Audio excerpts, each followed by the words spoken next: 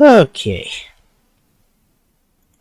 Last one of the... Whoa. That's not right.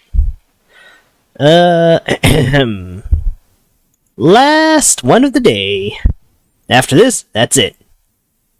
We're, well, okay. I'll probably end this in... I want to say roughly 2 hours, maybe a 30-minute extra, but, I gotta prepare for tomorrow's hot finale, so... I'll have to admit, I also didn't anticipate me being sick on this weekend, so... A bit unfortunate, but, well... I suppose it's one of those things that can't be helped, right? I'll admit, I'm just counting myself lucky I have, or rather, it's subsided enough for me to do 3 streams today. Albeit, some say that's probably a pretty insane amount. Especially in my state where it's like, there's really nothing to be gained here. I mean... Like, if I were on Twitch... Me doing a long stream, like Trails, would actually probably be preferable to the way I do it right now, where, if I might be honest... sorry. But if I'm gonna be honest with my streaming style, I do kinda like splitting it into game chunks. Something a little different every time, you know? It's just like how you'll never see me on the same avatar for a period of time in the day.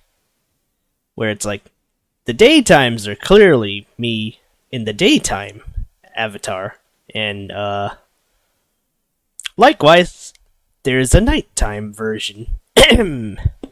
Albeit, perhaps it's a little, pedantic.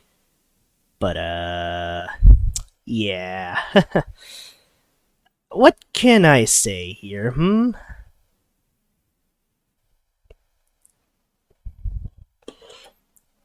Other than, well, hopefully the variety's been pretty good. At least I fucking try. But, some of these games are quite long, or, maybe the morning branch isn't for you, because, well, actually, yeah. It's mostly a Falcom-dominated morning branch. I mean, I'm trying to branch out with Recitaire, and I might throw a 4th game in there too eventually. But it's more like, the Falcom games are very long, and I want to finish them in this, streaming career. Because, I don't know, maybe I'm just too fixated on the idea. I might not have another day, or another year, so I gotta do this now, or else. Or else, well, I'll probably regret it later. Who knows?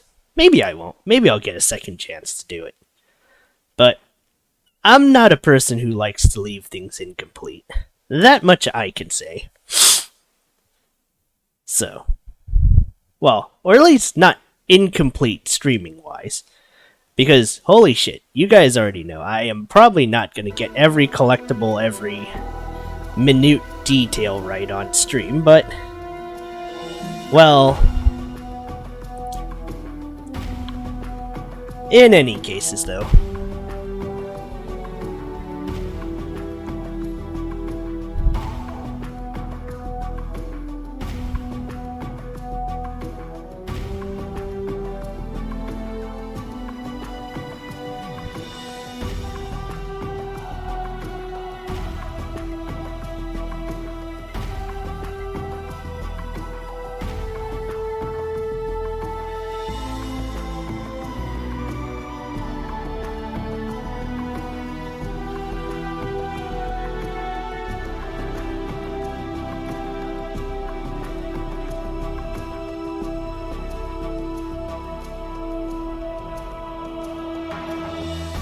okay, anyways, so let's see.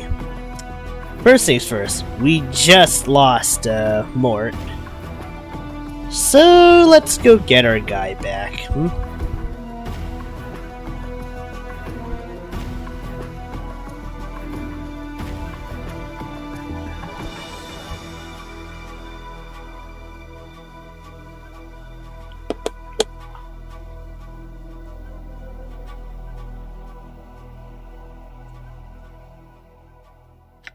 I've learned some new tricks.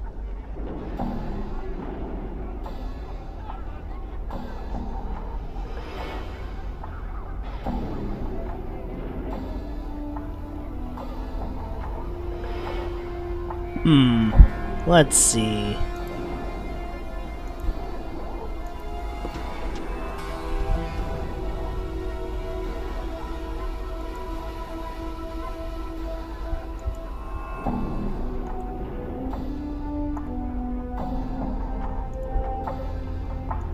Damn. Looks like I did everything already.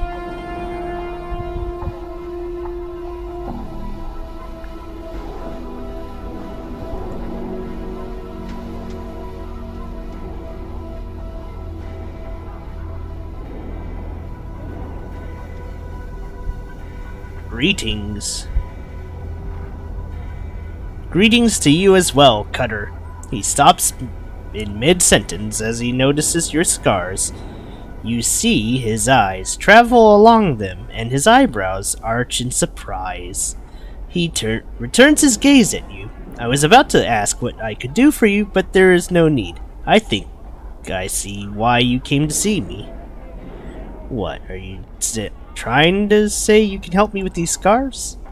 He smiles at you and shrugs his shoulders. Perhaps, Cutter, perhaps. He leans forward and begins to examine your scars carefully. He runs a finger along several of them, mumbling to himself. Finally, he looks up at you.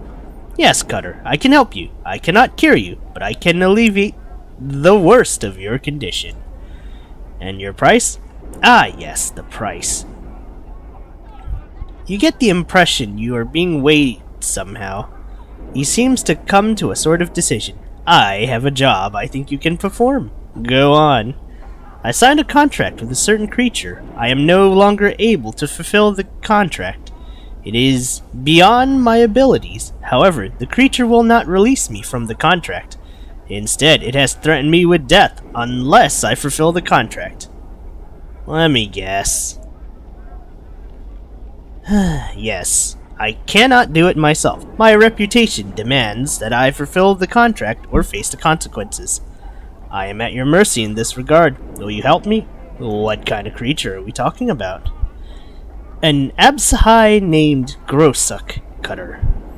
He pauses to gauge your reaction.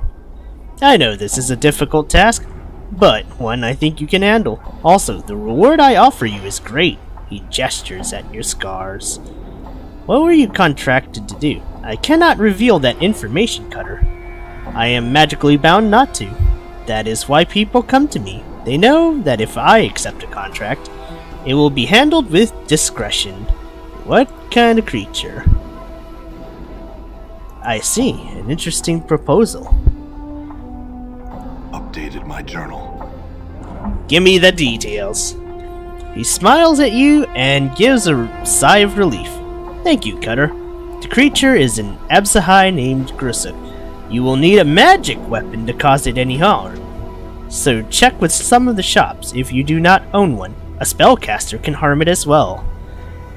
Grosuk can be found to the east, beyond the siege tower.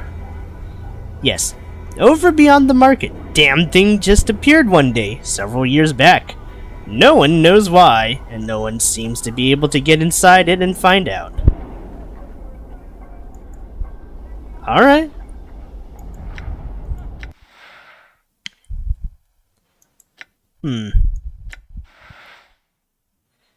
And there's a level up.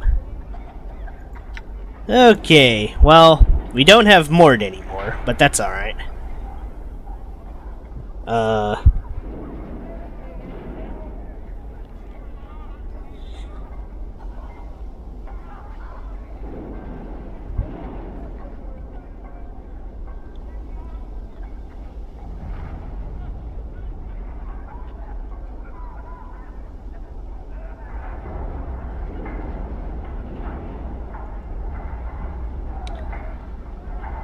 I still have some questions.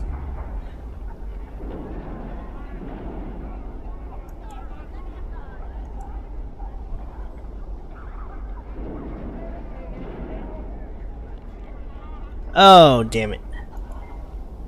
Okay, I kind of fucked up here, so give me a second.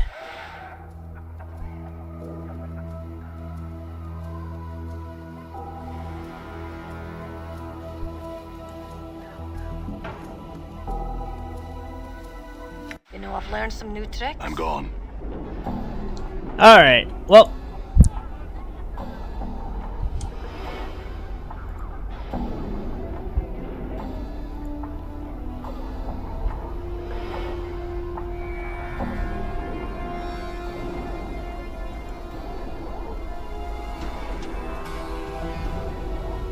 What is this place?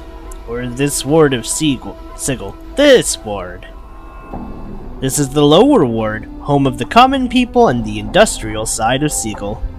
It's not the slum of the hive, yet it holds no splendor such as the ladies' ward. Why is it called the lower ward? He lets out a short laugh and shrugs his shoulder. That depends on your point of view, Cutter. The rich says it's because this is the home of the common or lower classes. If you ask those who live here, it's because of the portals and the incident. Yes. A long time ago, this was known as the Prime Ward. People new to the city were placed here and not allowed access to all of Sigil. There were many other restrictions placed upon them as well. Some Burke took offense to that and decided to form a rebellion. It went nowhere, of course, until he made a fascinating discovery. You see, there are a lot of portals in this area of the city, and most of them open onto the lower planes. Well, that barmy Burke found a way to open all of them at once. He allowed anything that wanted to come through the portals into the city. It became quite bloody. A terrible war ensued. Anyway, that's why this is known as the lower ward, because of the portal.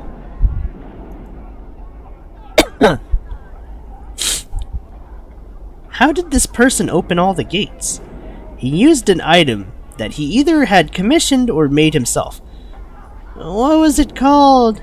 He pauses to think for a moment. Ah, I remember. The Shadow Sorcelled key. At the mention of the key, you begin to feel dizzy, and the world around you freezes. Everything turns gray. You sense a past memory trying to force its way on into your consciousness. Let's see. Updated my journal. The world around you fades, and you find yourself in the darkened streets of Sigil. Your heart's pounding, trying to break free from your chest. Your breath comes in ragged gasps. You've been running long hours, it seems, and you cannot stop. You turn a corner and enter an alley, finally slowing your flight. You feel your strength fade as you lean against a nearby wall to try to catch your breath. You become aware of something hard pressed into the palm of your hand. Glancing down, you open your clenched fist and stare at the gem embedded in the flesh. Your body sags towards the wall until your forehead touches its cold, damp surface. Your eyes close, and you force yourself to take slow, deep breaths. Just as you feel your strength returning, you hear a faint noise and instantly snap to full awareness. You turn to look toward the alley mouth. At first, you see nothing, just ghost visions caused by the shadows of the night. You are about to turn away when a slight movement catches your eyes. Slowly, a female form glides around the corner, pauses, and then turns to face you. Your eyes travel from her slender waist towards her full bosom, and then her blade-cast enshrouded face. Even in the darkness, you can see her cold, emotionless eyes. The memory fades, and your normal vision returns. You are standing before Sebastian in the market. He is looking at you with some concern. But this passes when he sees you are alright. Thought I lost you for a moment there, Cutter. What became of the Shadow Sorcelled key? He shrugs. No one knows. The key has been lost for some time now. Many believe the Lady of Pain took the key to prevent it from ever being used again. So, what was the outcome of the rebellion?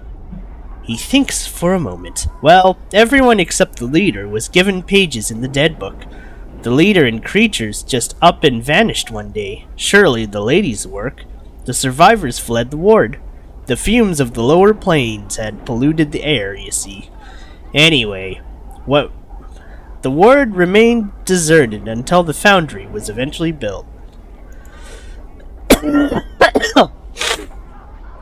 Sorry. Whew. He frowns. It is the home of the Godsmen, Cutter. If you have any question regarding them, I suggest you go to the foundry to ask them.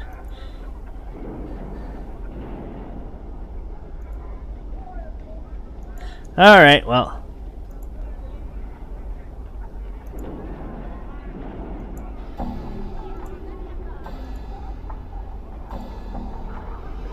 Updated my journal.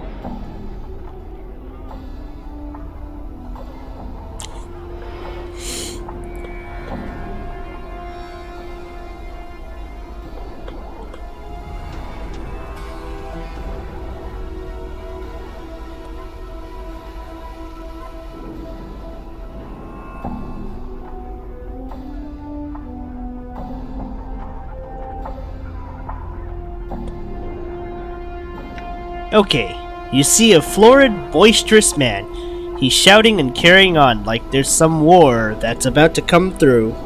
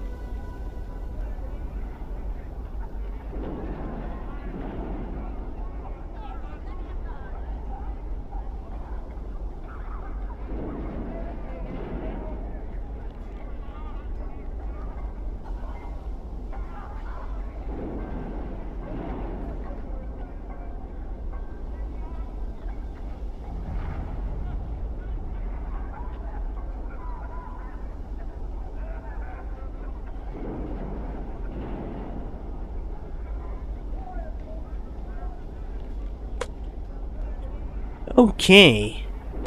Sorry. I had to take a pause for a quick. Looks like he's got something lodged in his intestines. Like, well, he's too excited about something to talk in a normal tone of voice. His rapid-fire delivery makes it difficult to understand him. Yes! No, you sir! You there! You look like you could use something. I'm not sure what it is yet, but give me some time. Give me some time.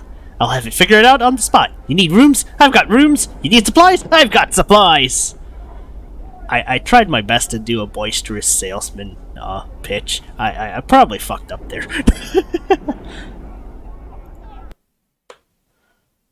Okay, so what is he selling? Nothing too great, if I'm going to be honest. But the rooms part might help. In theory. Anyways.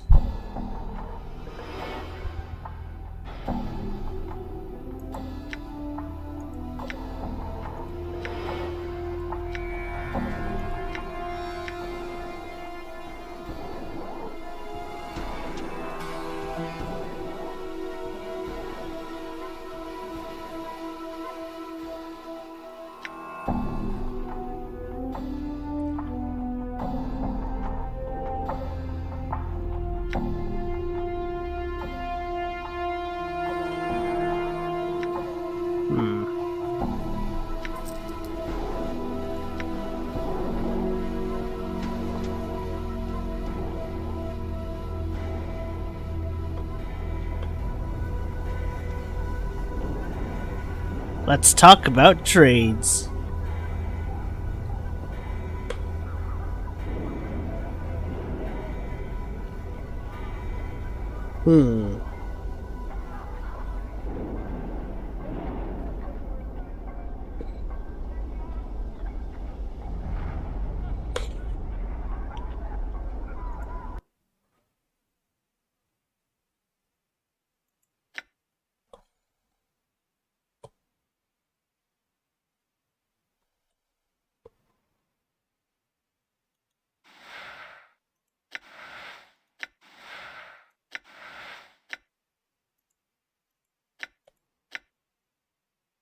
Okay, let's buy us some poison cheese.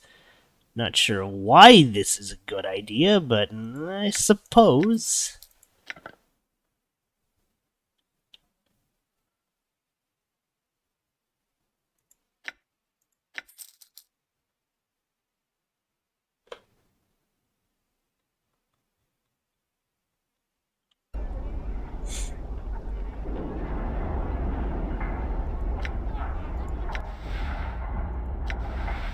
Okay, let's see.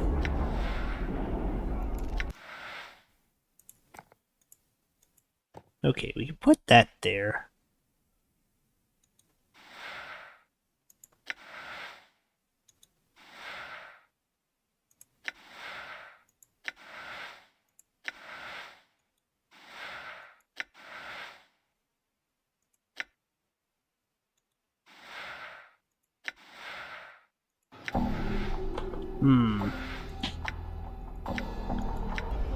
Let's see.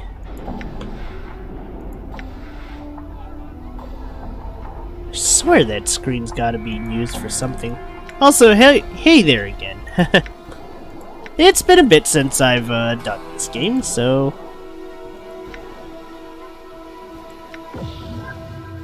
I figured I might as well.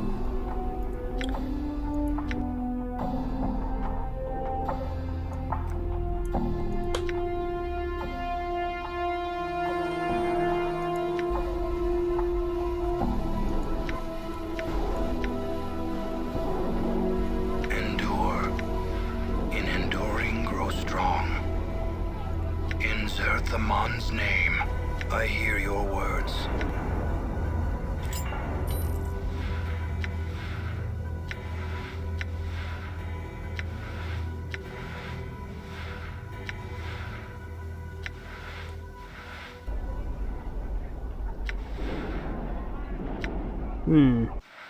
Maybe I need to rest.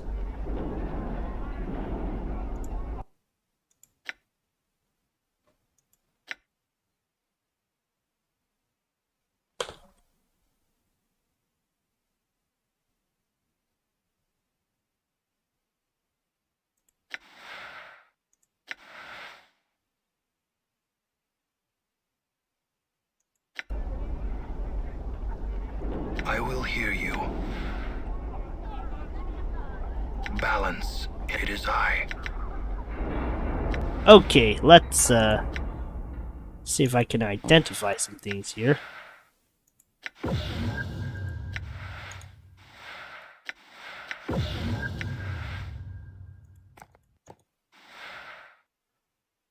I want to say this eyeball might be good.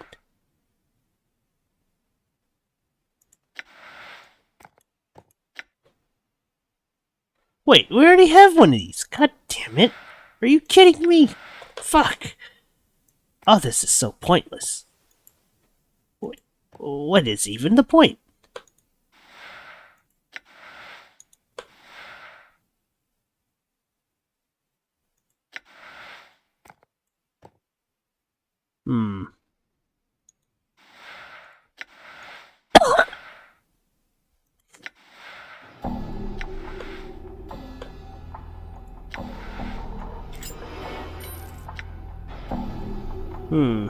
Well, in any cases. Wait. Do I already have this spell? Hold on. Okay, the nameless one has it. So does he.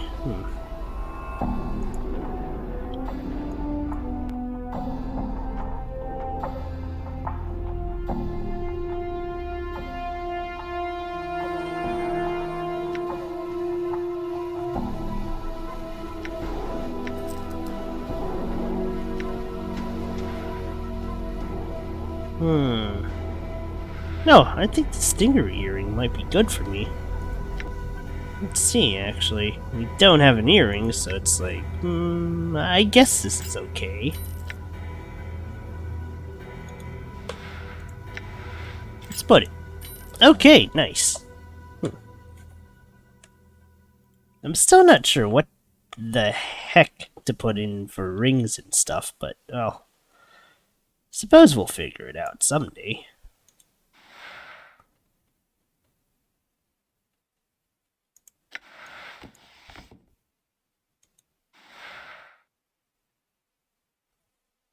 Beware shadows, beware places where night lives. They wait. There is no natural darkness, only shadows. Oh. Well, that's ominous.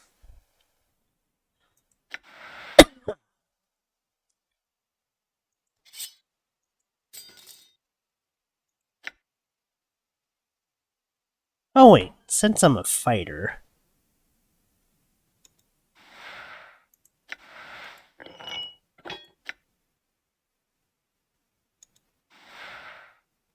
Oh. Okay. Wait, what do you mean she can't use... God damn it. Well. This is awkward.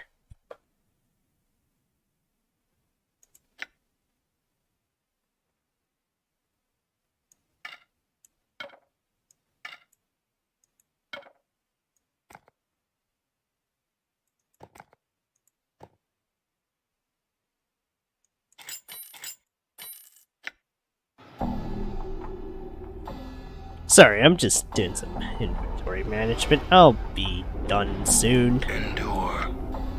In enduring, grow strong.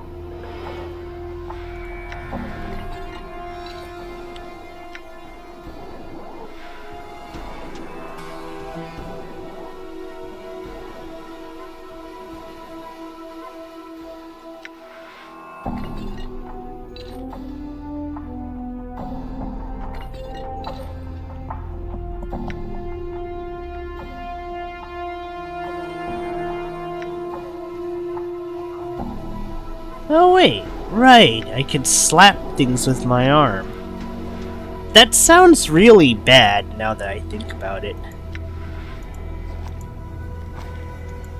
Why yes, I will slap something with my arm in combat. That's... Why is this an idea?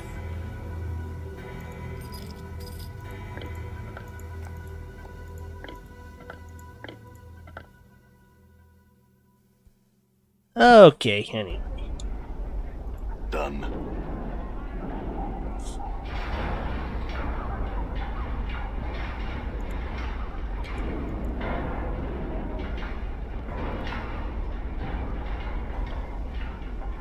Do you have any jobs to do?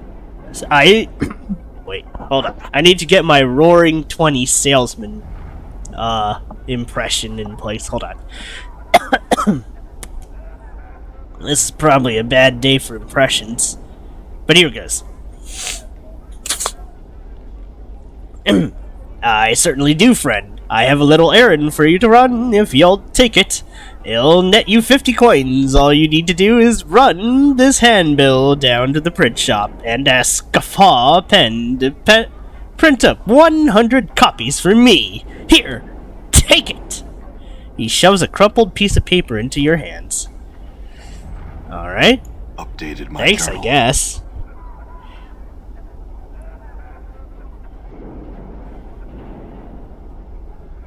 Okay, let's go get Mort back. Okay, let's select everybody, then go get Mort back.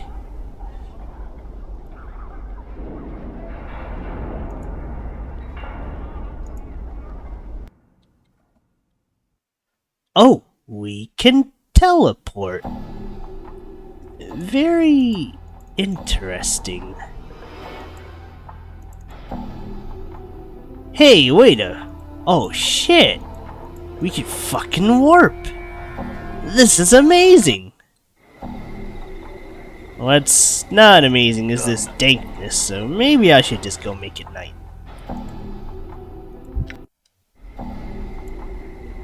Alright. Okay, let's make this daytime so I can actually go somewhere.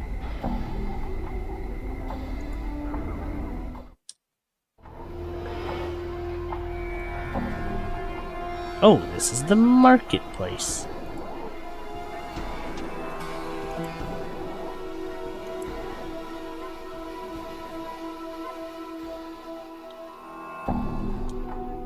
Magnus shield.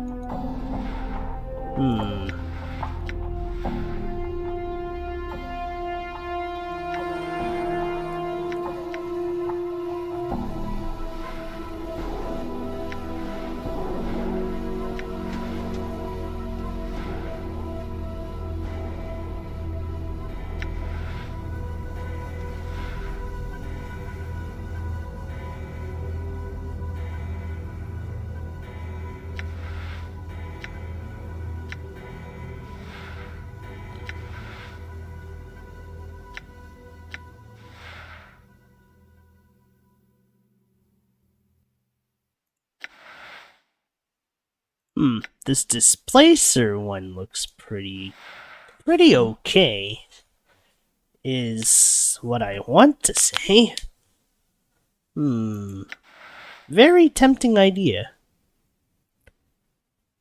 Not many in the way of spells, though.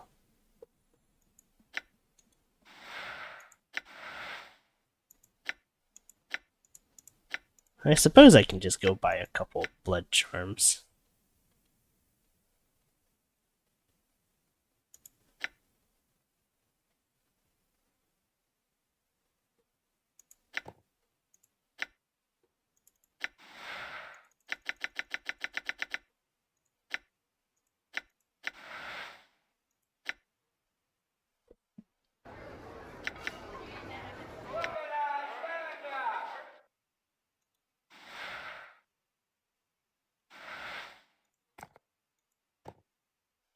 Wait, what? Done. How did that not work? I like that.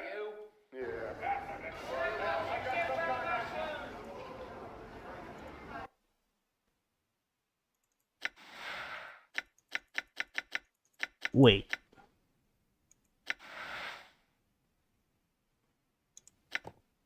Oh! Oh, holy fuck, I'm dumb.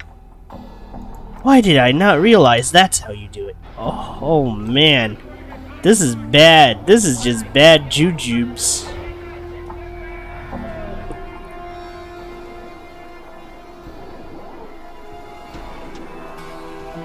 Okay.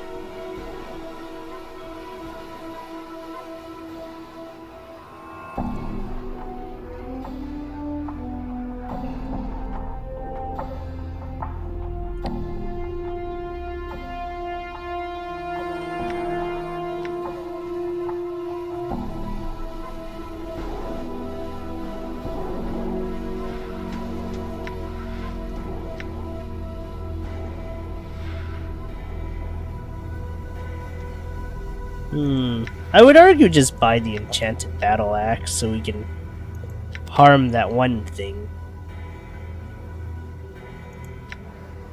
Well, for now I'm going fighter. I think later, once I start getting the spells in a good grind spot, I'll play it a little more Bogart. But I guess until then. What the heck is over here?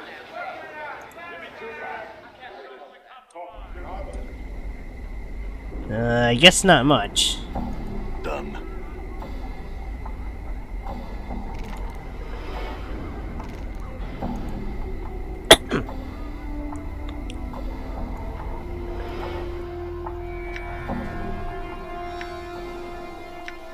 Fuck it, let's rent a room.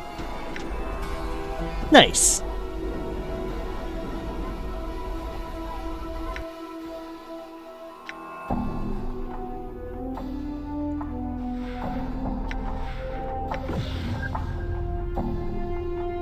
+3 to save versus poison.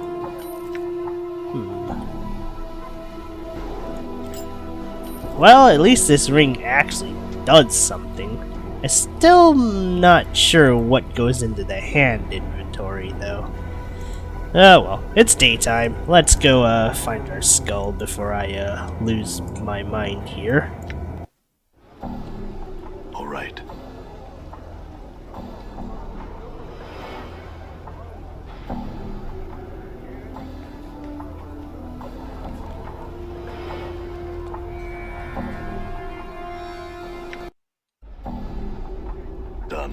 lungs feel like a chimney.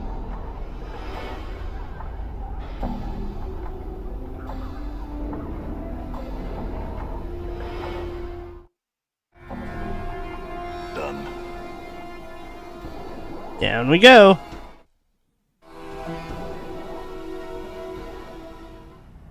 Thank the powers you're here, Chief. Get me out of here. What are you doing up there? These were-rat vermin nicked me and brought me here. Come on, boss. We gotta get out of here. This place is bad news. Why don't you just float down?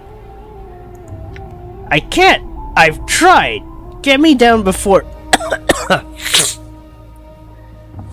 A flash of light and smoke blinds you for a moment, and a withered old man stands before you.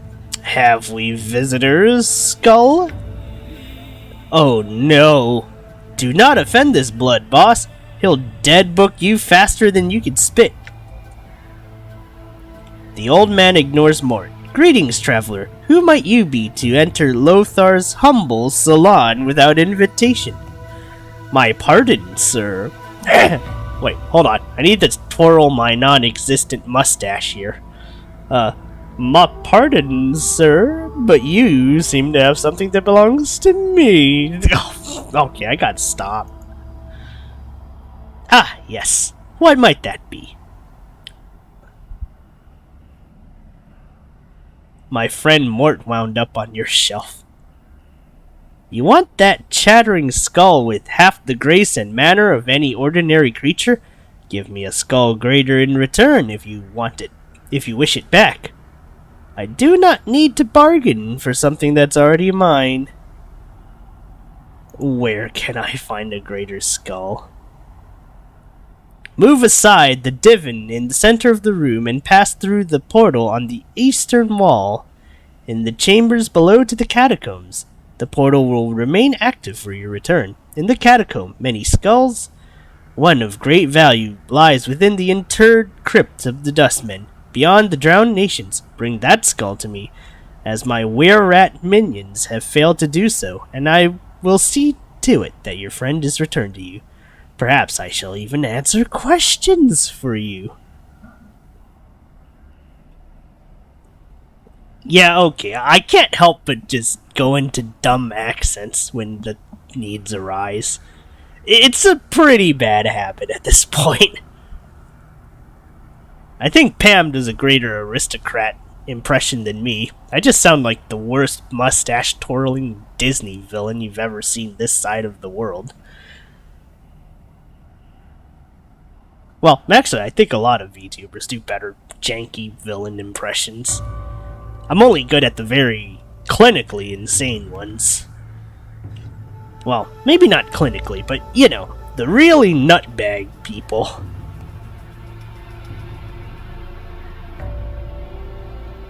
Updated my journal. I've been to the tomb you speak of. It is empty. What's the meaning of this? The tomb was so well trapped, so defended from scrying magics, that it was a challenge even for me. There must be some explanation for this. And, he draws out his words angrily and slowly, you will provide it to me. Go through the portal in the chamber and seek the answer.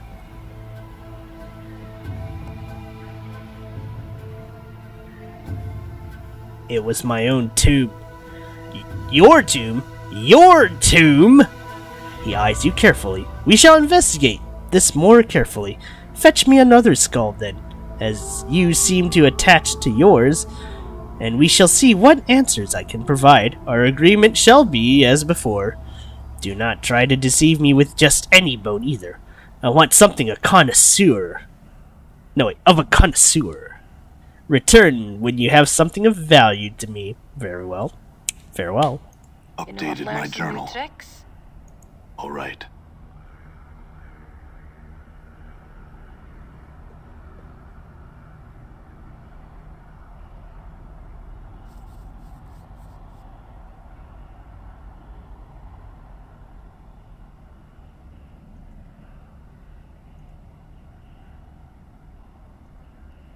What the? Wait, why is this a thing?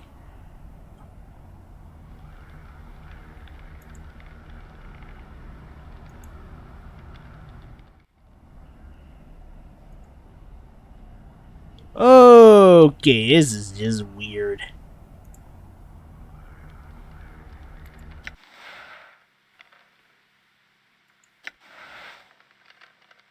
But we can level up Dakan and level up Anna again. Nice.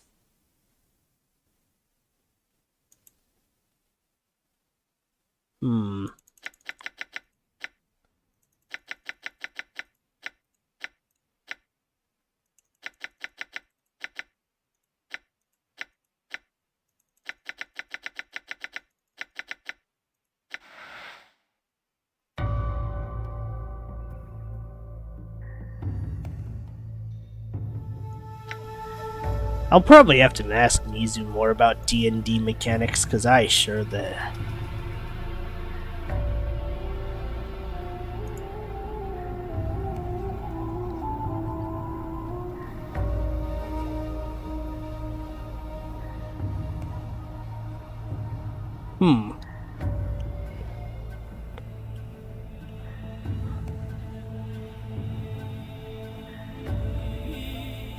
Would you like some cheese, Mantook? No, wait. I'm on a quest for Lothar. I'm looking to retrieve a skull. The rat man ducks his head at the mention of Lothar and hisses at you. Send a hairless one to do the job of the kin? Impossible.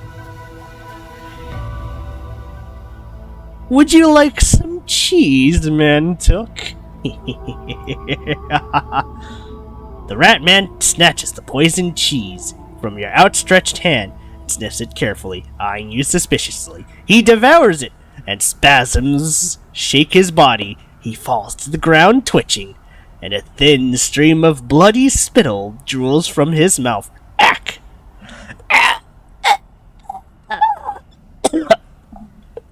Rot in hell, Mantook. Oh yeah. Oh well, it's all... Well, it's on like dinner. Damn it! The dagger's not working in this. The dagger's not working in this thing. The dagger's not working in this thing. The dagger's I'm not hurt. working in this thing. Oh boy.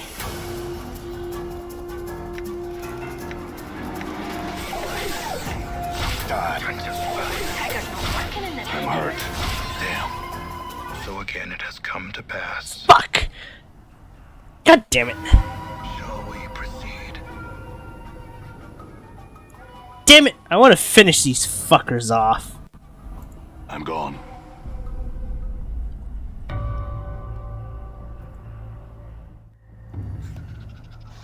In fact, I will finish these fuckers off. The dagger's not working in this. The dagger's not working in this. The dagger's not working in this thing.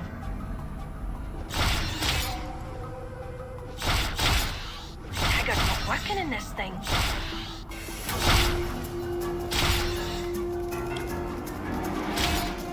Damn it! The dagger's not working in this thing. The Karok sings true. The dagger's not working in this thing. I'm gone.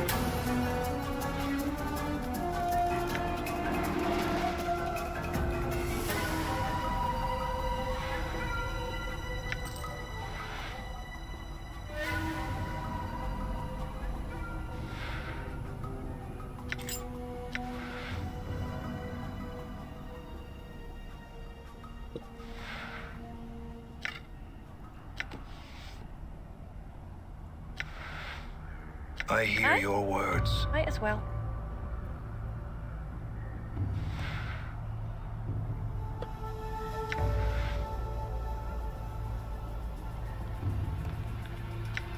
Done. Might as well.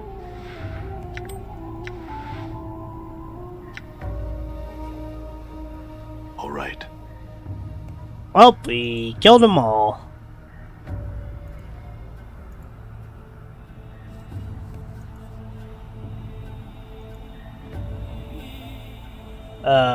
Despite the shitty death.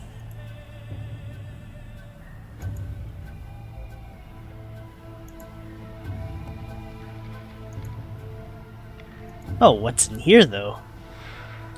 Fucking nothing!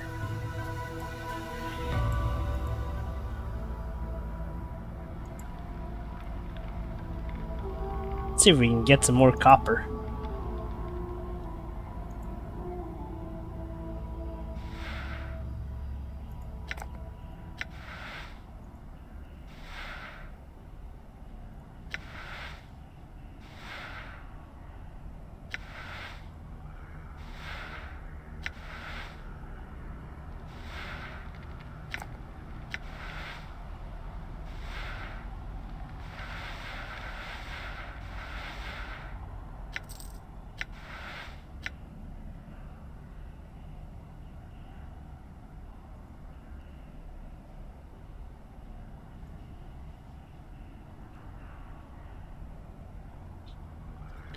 Well, isn't this grotesque?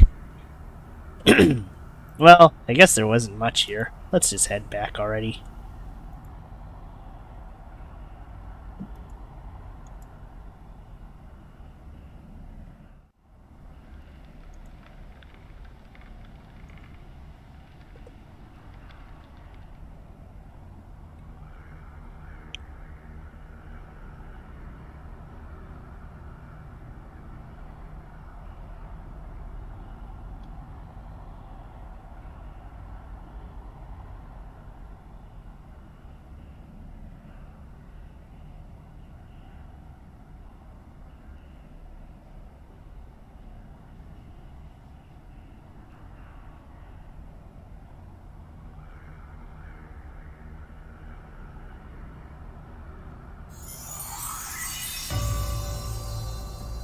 I have the skull of Mantuk. Lothar's eyes flash angrily. Slay my servants, will you? Hand me his skull. He examines the skull carefully and pronounces, I could smell his treachery through his bones. A careful skulker he was, but not careful enough, eh? I shall have his secrets from him, never fear, and I shall know his duplicity. His finger twists through an arcane gesture. Your friend will be waiting for you above ground, where you came in. Have your answers from me. I have many questions. Keep it quick, scarred one. I cannot tarry all day. Updated my journal. Why am I immortal? Your mortality, your soul, if you will. That which allows you to live and die is gone from you. It was stripped from you by magical means. By the night hag Raquel Puzzlewell. Your mortality is key to your existence. When you find it, you will find your answers. Tell me about this Raquel. Raquel Puzzlewell is an enigma, even among the night hags. Some would call her barmy. Others say she plays a deeper game than any can see through. She is evil through and through, and making the fiends you see in the area positively divine compared to her. She is out of reach of men now, thank the powers, for she was mazed by the Lady of Pain. Mazed? How do I find her? Mazes are like pocket dimensions, small places between places. To reach one, you will need to find a portal and a key. I do not know where the door or the key are. Perhaps you should seek some of your old acquaintances. You certainly have left a trail of them behind. They will find you, no doubt. Pray they mean you well. Perhaps you should visit the Civic Fest Hall. They have many answers there. Updated my journal. What did Raquel do? She was a maker of toys.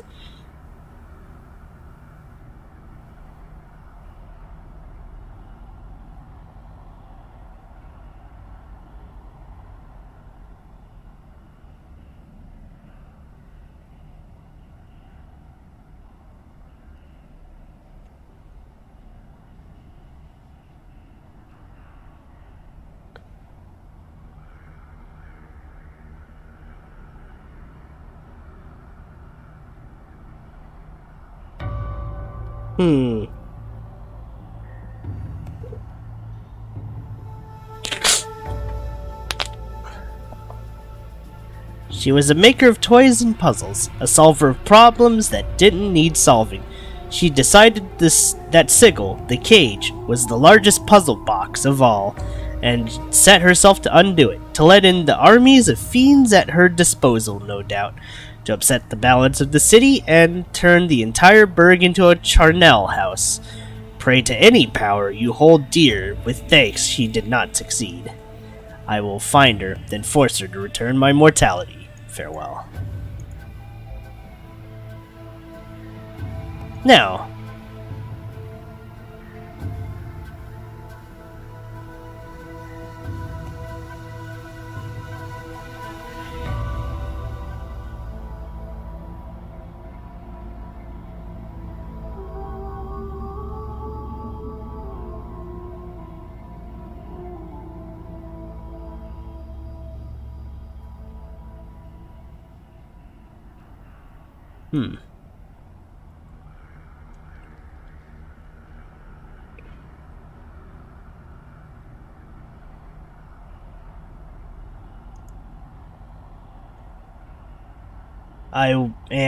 I was Ocean before the storm, a sensate. Now, alas, I am merely a decoration.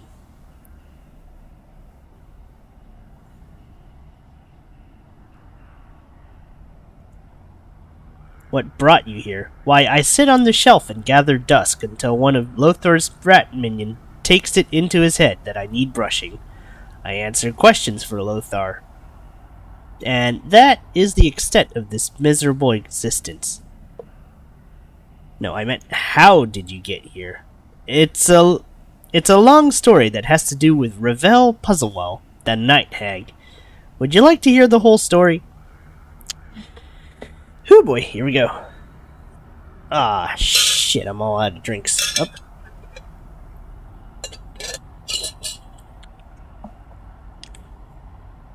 I'm picking up bad habits from Akka. I still had coffee from like 10 hours ago, or at least a bit of it left. I'm just gonna chalk it up to my cold messing with the head. Very well. I was working in the Civic Fest Hall, the headquarters of the Sensates, in the Sensoriums. Raquel Puzzlewell, may the powers curse her black soul, had been coming here to find answers to riddles she had encountered. She was a masterful solver of puzzles. Those that left our best minds baffled were but gauze to the force of her reason. Yet she had found difficulties that required outside answers. I told her that she was there to unlock the secrets of Sigil itself. Go on.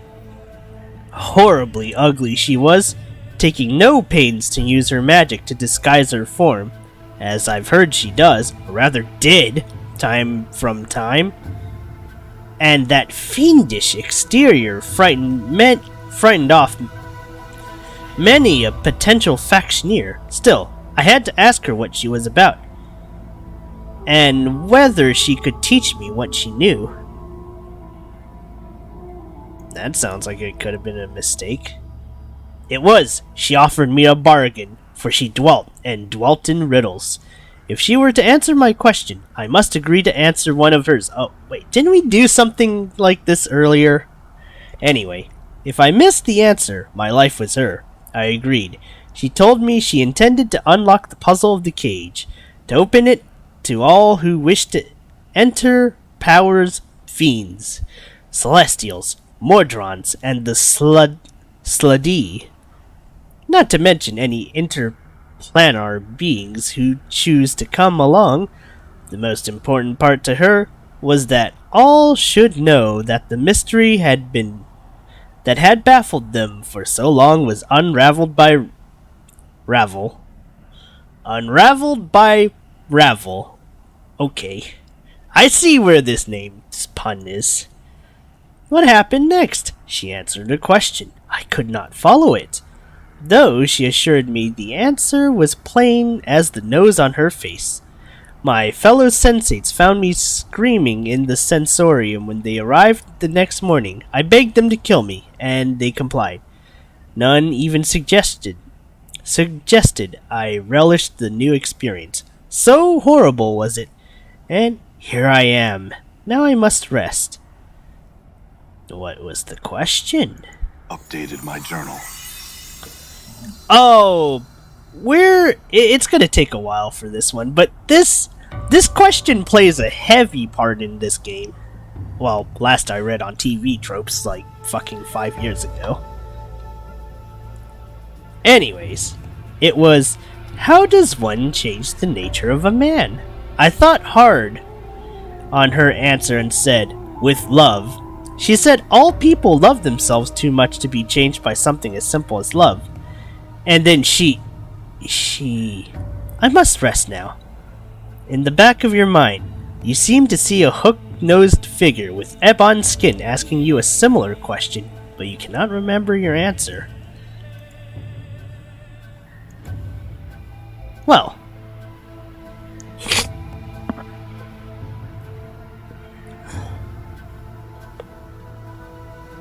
Let's get the hell out of here.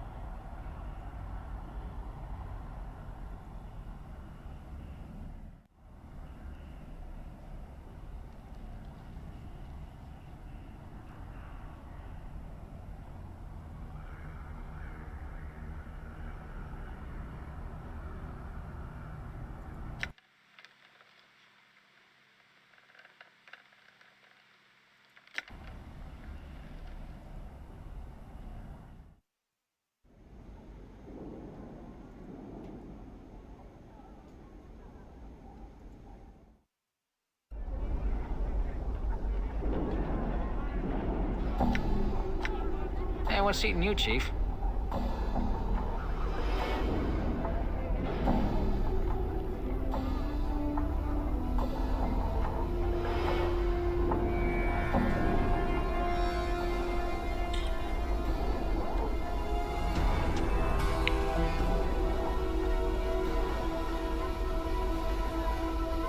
What do you know about the night hag Ravel? Well, she is a night hag, and she was definitely barmy enough to make you immortal of all people. I mean, she could have chosen me. Still, anyone addled enough to lock blades with the Lady of Pain isn't someone we really want to find. How did you die? No idea, Chief. I kind of forgot when I died. Can't say I blame myself. At least there was something waiting for me after I died. Even if it is the life of a floating skull, I mean, it could have been much worse.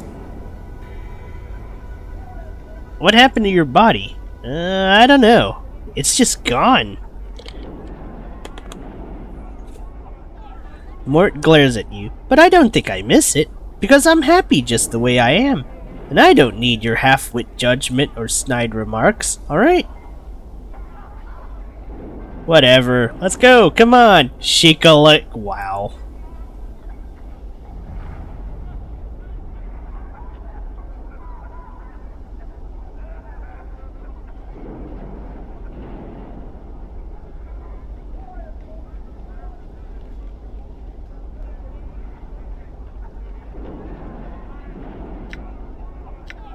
Aye.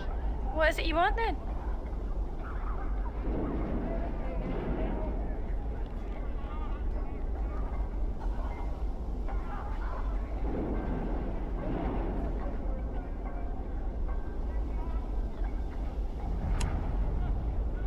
At the mention of the name, Anna spits 3 times and makes a semicircle over her heart.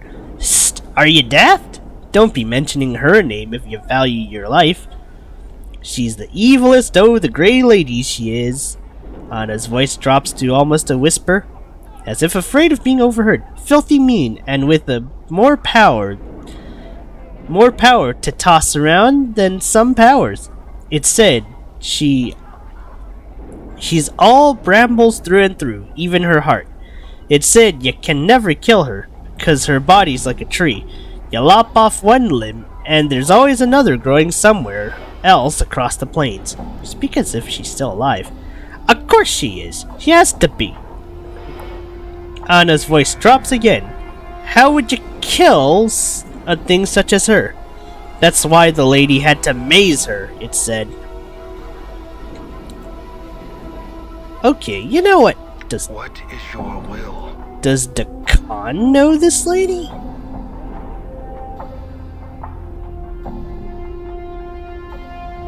Never mind, I guess only Mort and Anna know, it would seem.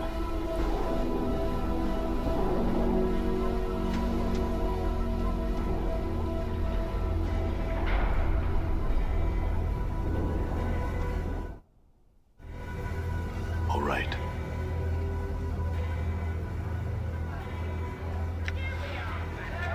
Alright, you know what? Fuck it. Forced it. I like that.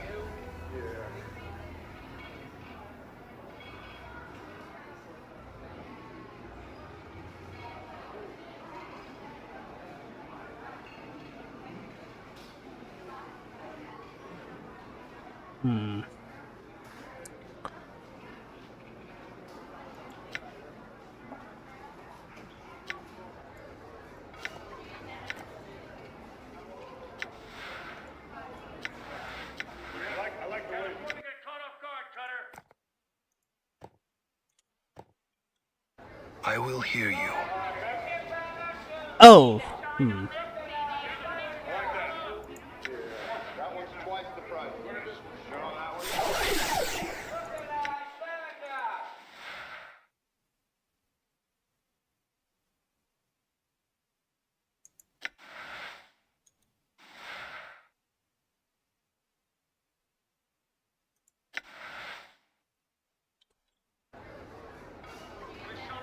All right.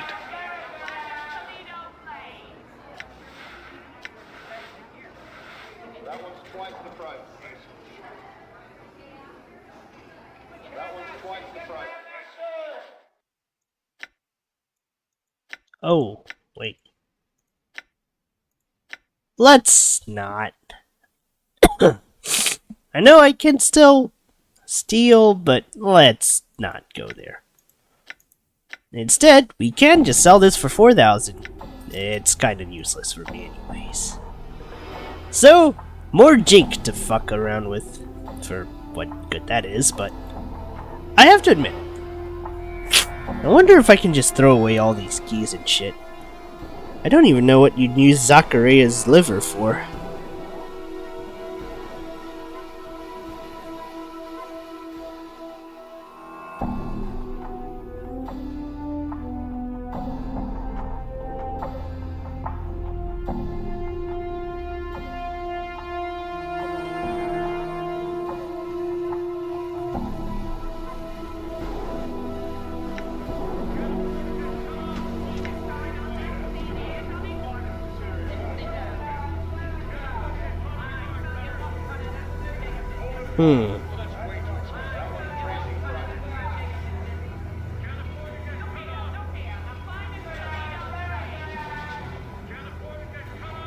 That one's twice the price.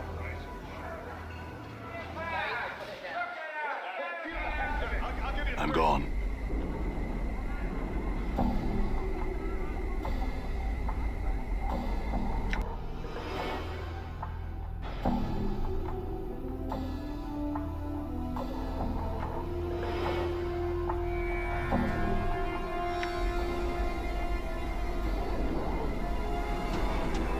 That's a new one.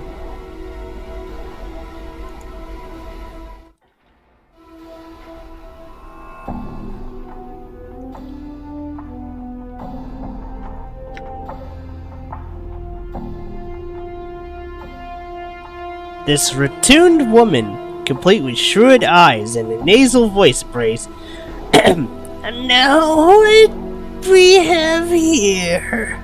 A customer.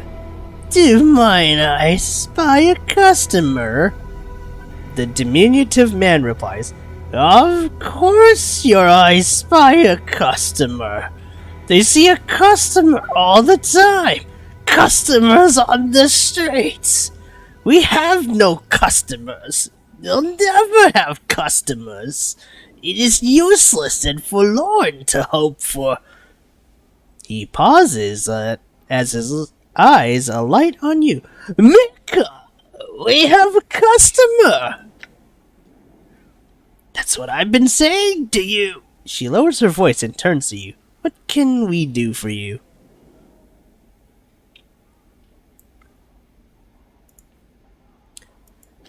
Who is he? He is broke. No, he is Broker, my husband of 20-some years, though his inconstant nature makes it hard to believe he has not strayed at that time. It certainly makes it hard to believe. All those chances thrown away when I could have been having the time of my life. To be sure, the goats on the farm must miss your tender ministrations. Broker purples, and the two of them fall into what sounds like the latest in long series of arguments. Arguments. Oops, I think my voice went British right there for like 5 seconds. Oh shit. Their attentions are entirely devoted to each other, and they ignore you.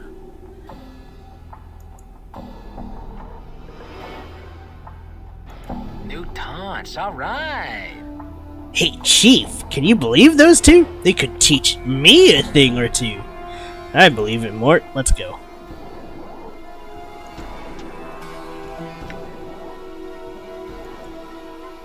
Okay, let's talk trades.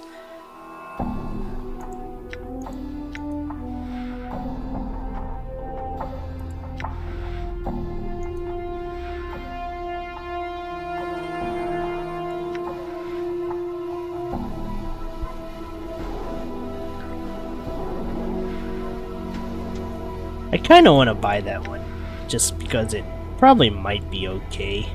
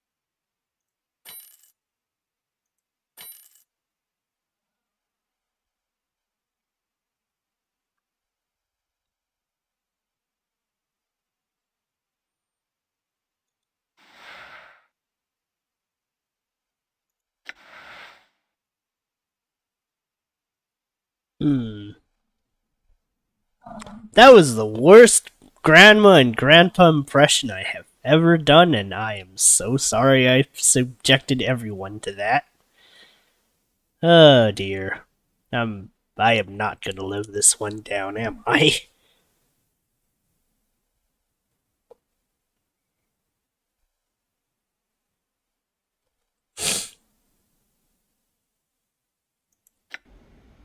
I'm gone.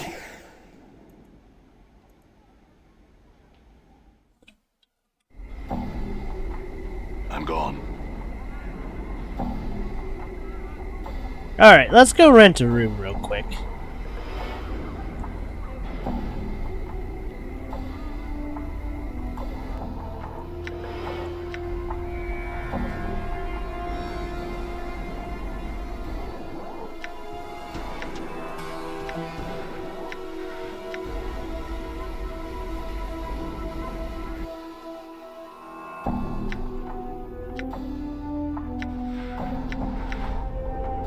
Much better.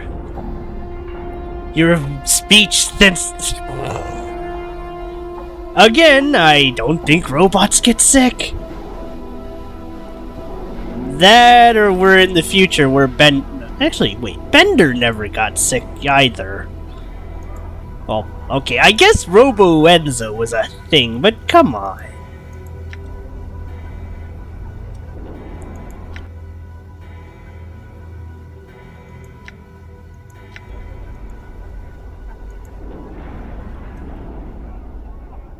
What do you think I have, the Maverick virus?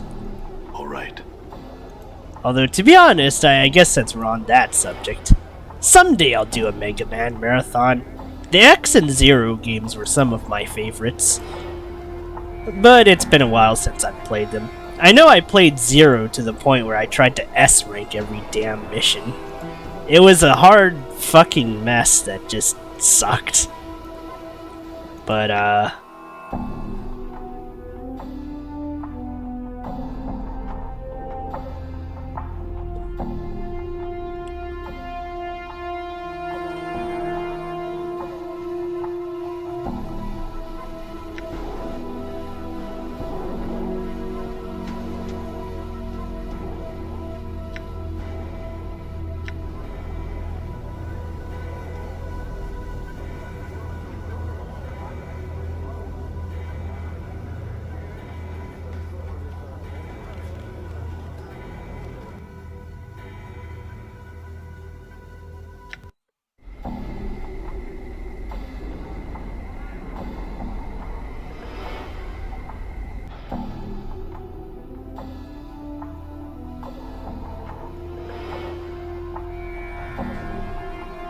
Done.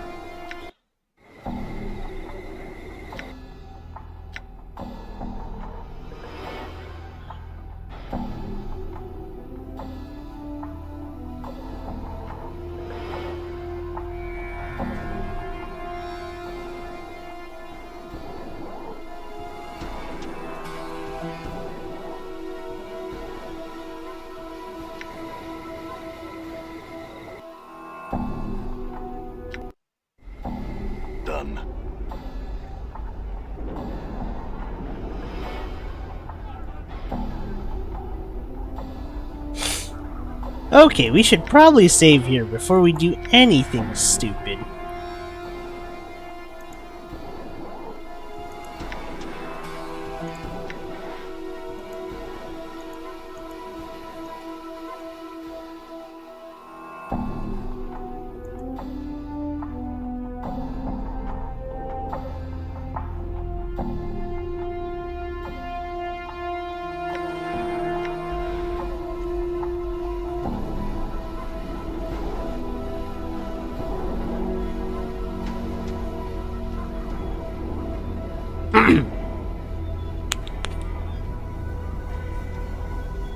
There was a DOS Mega Man? When was this?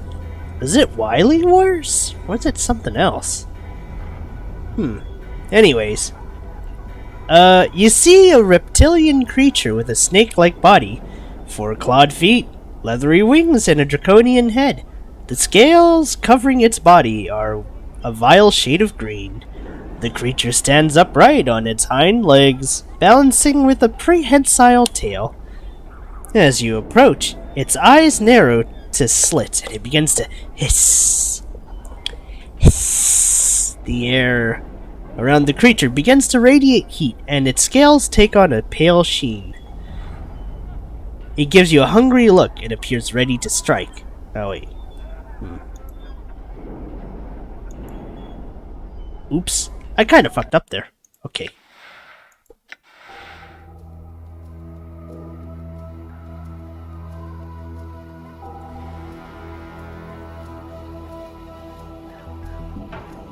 I may have made a mistake. Okay. Endure. Let's see. In enduring, grow strong.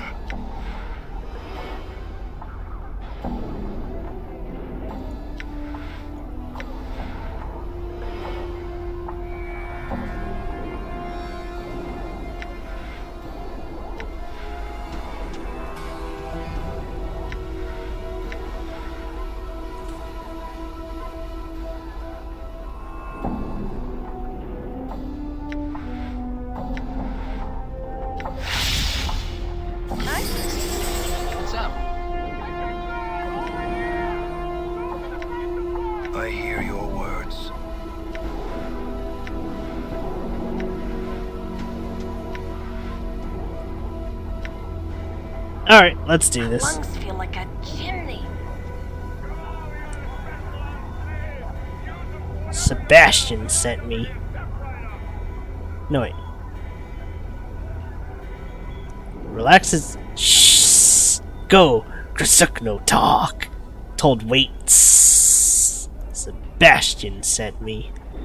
The creature relaxes quite a bit, and air grows cooler. It holds out a clawed hand to you. Give Grasuk information. He looks at you expectantly. No, I don't think so. Oh! Right. Yeah. You fuck.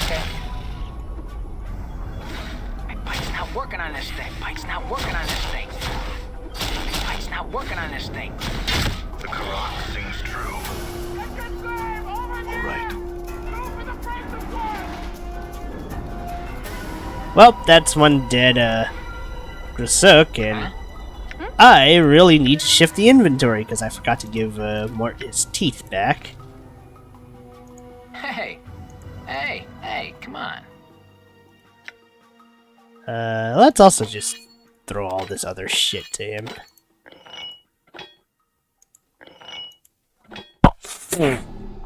Oh dear.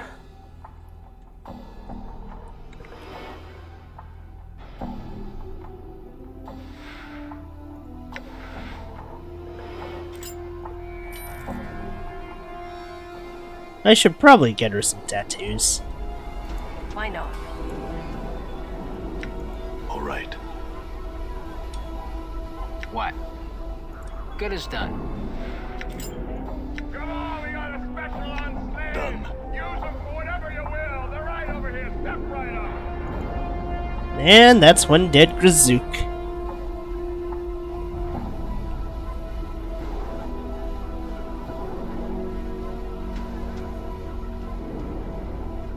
Come on, we got a special on slaves. Use them for whatever you will. They're right over here. Step right up.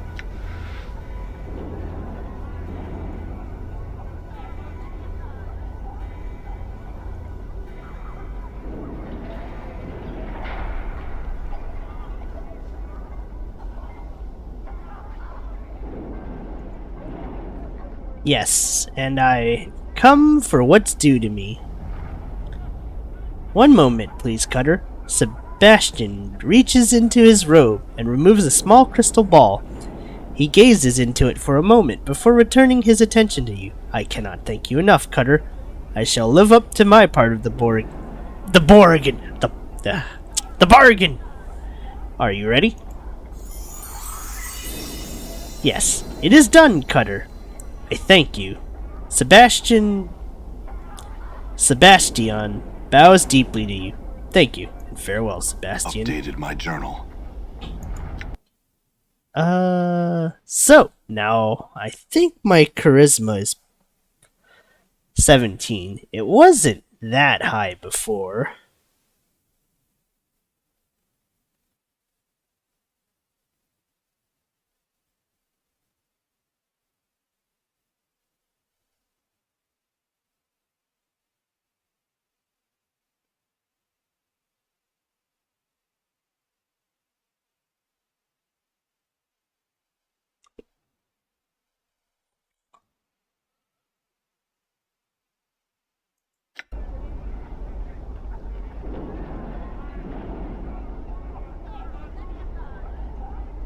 You see a pretty young woman in fine clothes. Her skin lacks the usual yellow tint of the inhabitants of this ward. She appears to be watching three creatures with interest. Greetings. She turns to face you, and an annoyed look crosses her face. Yes, what do you want? I have some questions. What are you doing here? There's gonna be a fight, and I want to see it. She smiles wickedly. It should be interesting. A fight? Yes. See those three Thakolas over there? She points to the three bulking creatures with rippling muscles. They're going to try and kill an Abishai. She snores. The stupid oafs. Okay, that snort was because I had congestion, but I couldn't resist. Anyways. It's a lower plains creature, a Batezu, I believe. She frowns in thought. In any case, Abishai have nasty dispositions, sharp claws, and can cast spells. Very formidable. That Thakola look like they can take care of themselves. Normally I would say yes. Thakola are very powerful for warriors. She smiles slyly and leans in to whisper to you. However, I know something that they don't. What might that be? Abishai can only be hurt by magic. Abishai can only be hurt by magic. She snickers. The Thakola will be slaughtered. I have no doubt of it. She straightens up and watches the Thakola eagerly.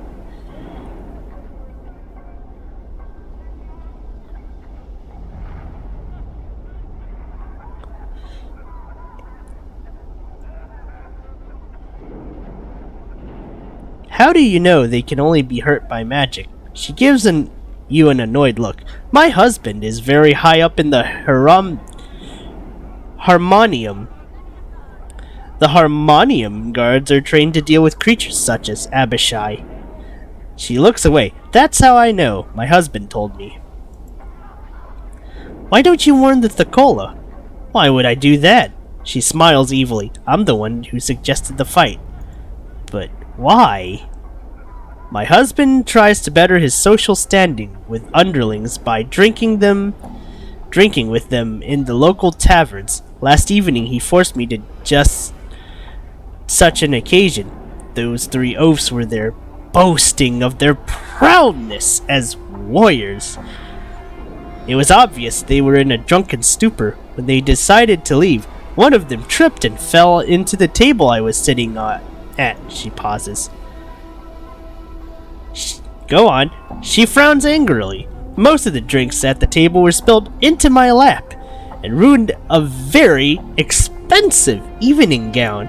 So, while the cretin was trying to apologize, I whispered to him that I only accept the apology of a warrior of stature. If he were truly such a warrior, he'd be able to defeat an Abishai in hand-to-hand combat. You're going to get them killed because they ruined a dress. Updated my journal. You obviously do not understand the intricacies behind the situation. She looks at you like you are an idiot child. I don't know who's the idiot here, but it ain't me. I was embarrassed and humiliated in front of my husband and his underlings. She looks angry.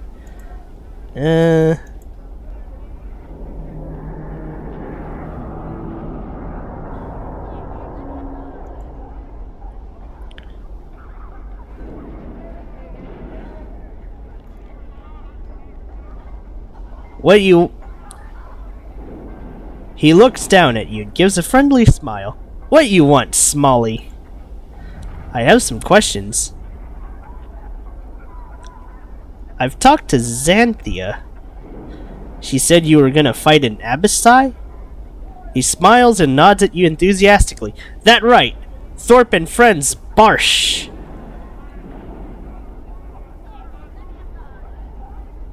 Updated my journal. Warn Thorpe. I've learned an Abishai can only be hurt by magic weapons. He gives you a worried look. Need magic? How you know? I've talked to Xanthia. She told me. He seems confused at first, then a look of realization on his face. Xanthia play Thorpe for a coney. She lie. Try to get Thorpe and friends dead. I'm afraid so, Thorpe. He nods. Xanthia not deserve apology. Thorpe free from debt to her. Yes, you are free of your debt. Thorpe, thank you. You save life. You save life of friends. He turns to the other Thakola and speaks to them hurriedly. After a moment, all three bow down to you, and each hands you a pouch of coins.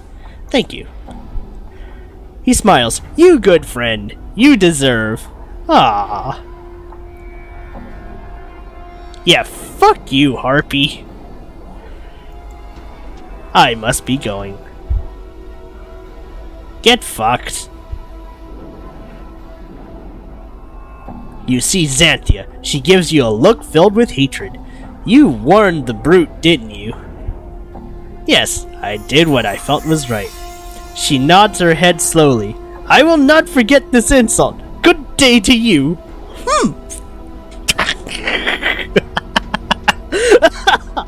Oh dear. Oh my.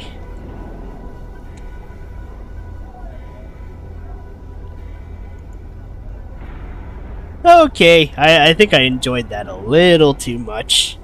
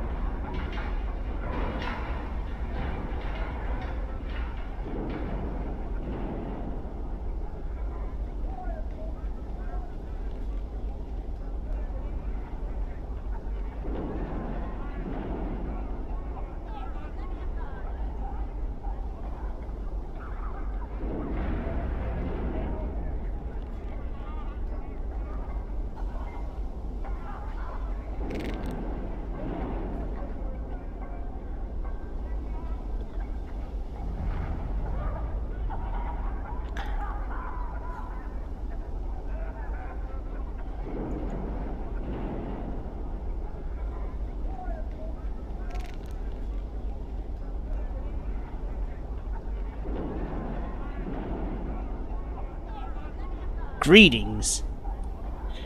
No, wait. You see a well-dressed, middle-aged man. He seems to be scanning the crowd with a practiced eye. He notices you approach and gives you a quick once-over. Greetings.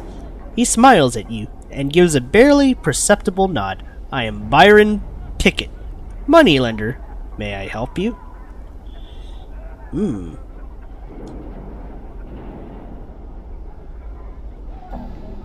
I have some questions.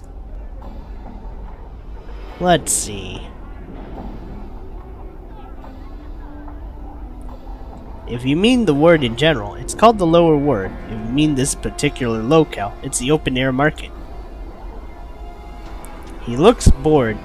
It is the home of the common people. He gestures around him. Look about you and you see all there is to see. Nothing of any interest. Then why are you here? He smiles. The one thing these mindless sods are good for is spending their money. It gives them the feeling they are actually accomplishing something with their otherwise meaningless lives. Damn, wow, that hit home. I kid.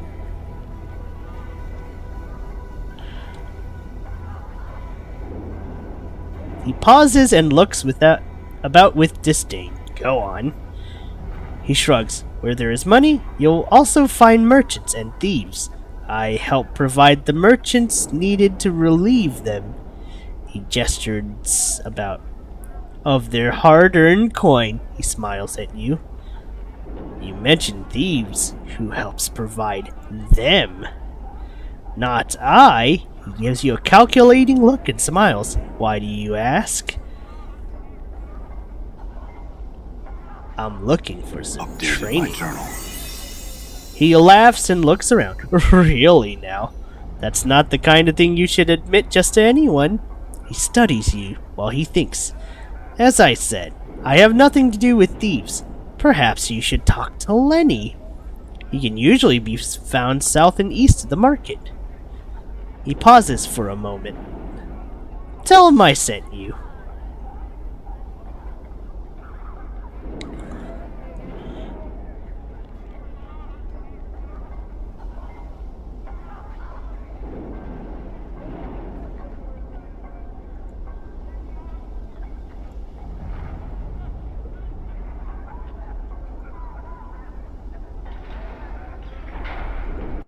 Oops. Clicked too far. Oh, there's this Lenny fella.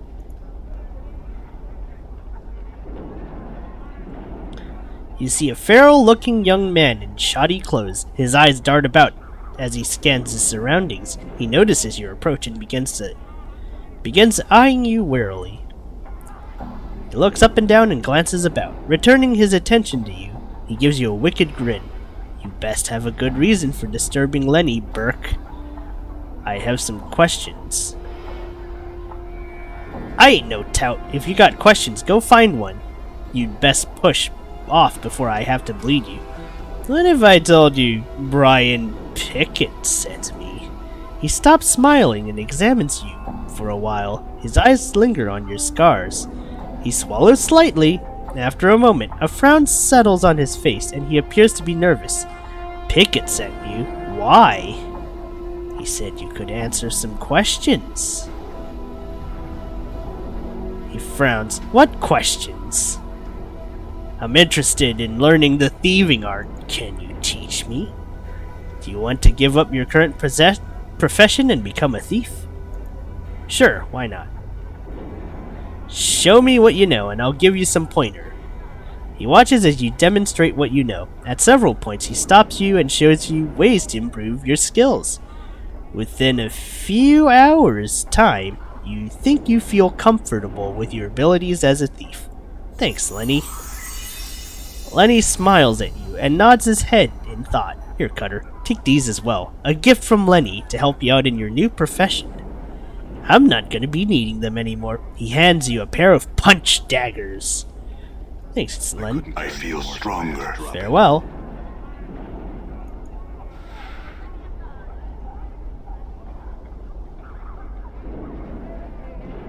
Okay, these things are pretty good, but however,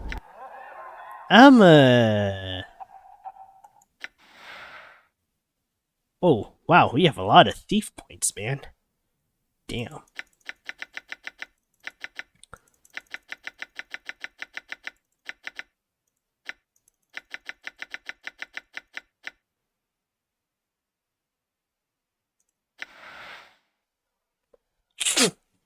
Oh my. Ugh. All right. Okay, now, that being said,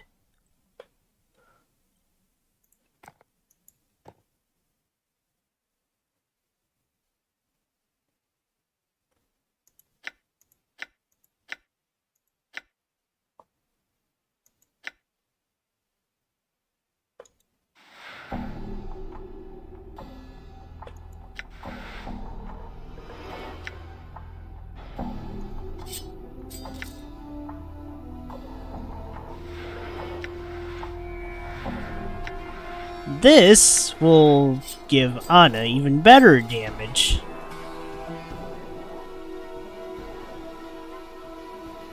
There's no way in hell that's getting taken away from me.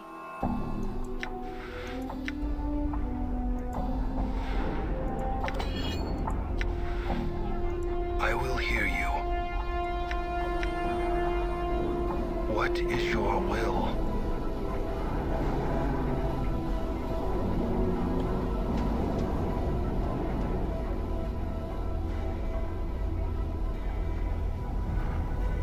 You know, it wouldn't kill you to say a few words to me, Fiendling. Or hug me. Or kiss me.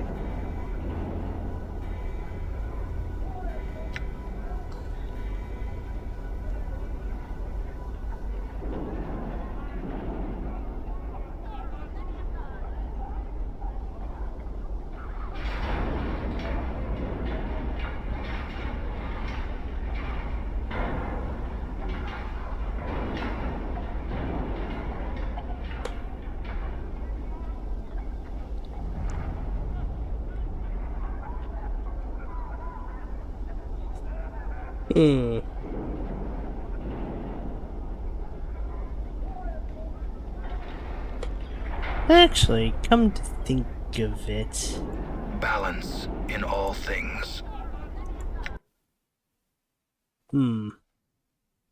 my fighter class is getting close to leveling. But is this the way I really want to go? Apparently, mage is probably the best endgame choice.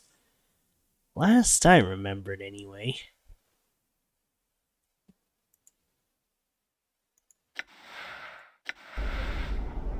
Done.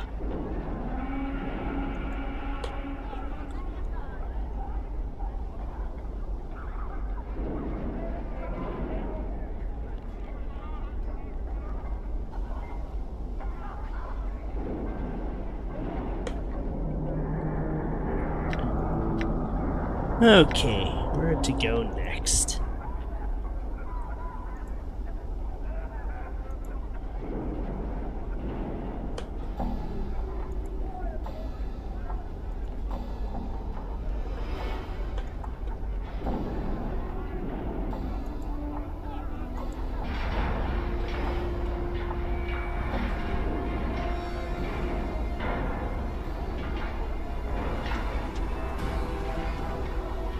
Wonder what's up here.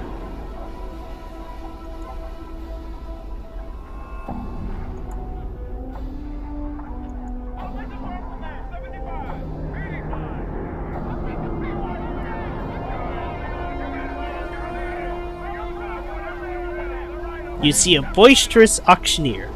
He is very animated and does a lot of shouting, yelling, and stomping. He seems to have a tendency towards melodrama and makes a lot of strange facial expressions as he waves his arms. Alright, I'm gonna need another friggin' drink. It's time for a really shitty impressions of a Roaring 20 salesman again.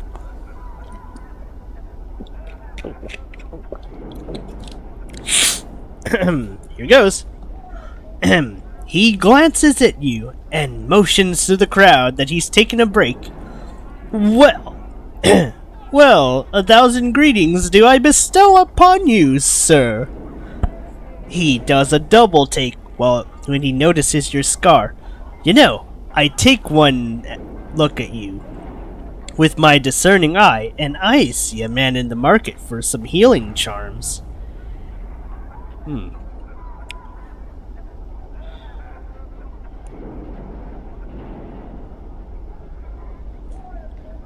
Do you have any charms? He gives you a shocked look and gestures grandly at himself. No. Do I, Duran, have any charms?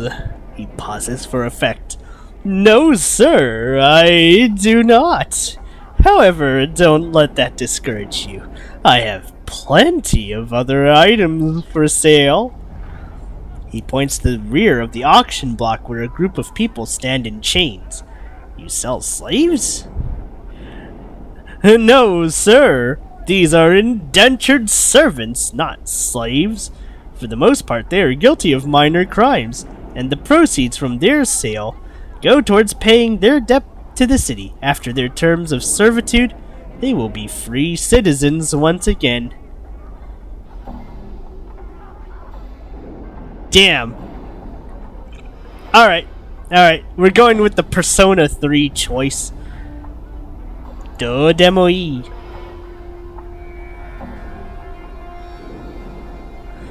He gives you a bright smile. I don't concern myself with such thoughts.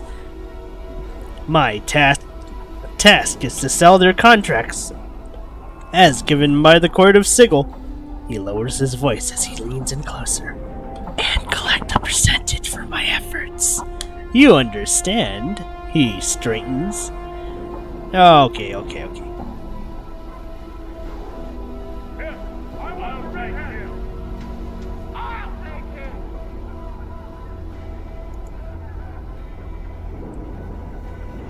Greetings. I thank the powers you notice me. I am in need of the services of a mercenary. Oh shit. Sounds like a job for me. Oh, baby. Wait, why am I giddy over this? What is wrong with me, man? She pauses and examines you more carefully.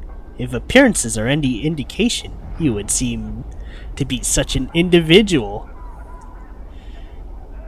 And what exactly is it you need of me?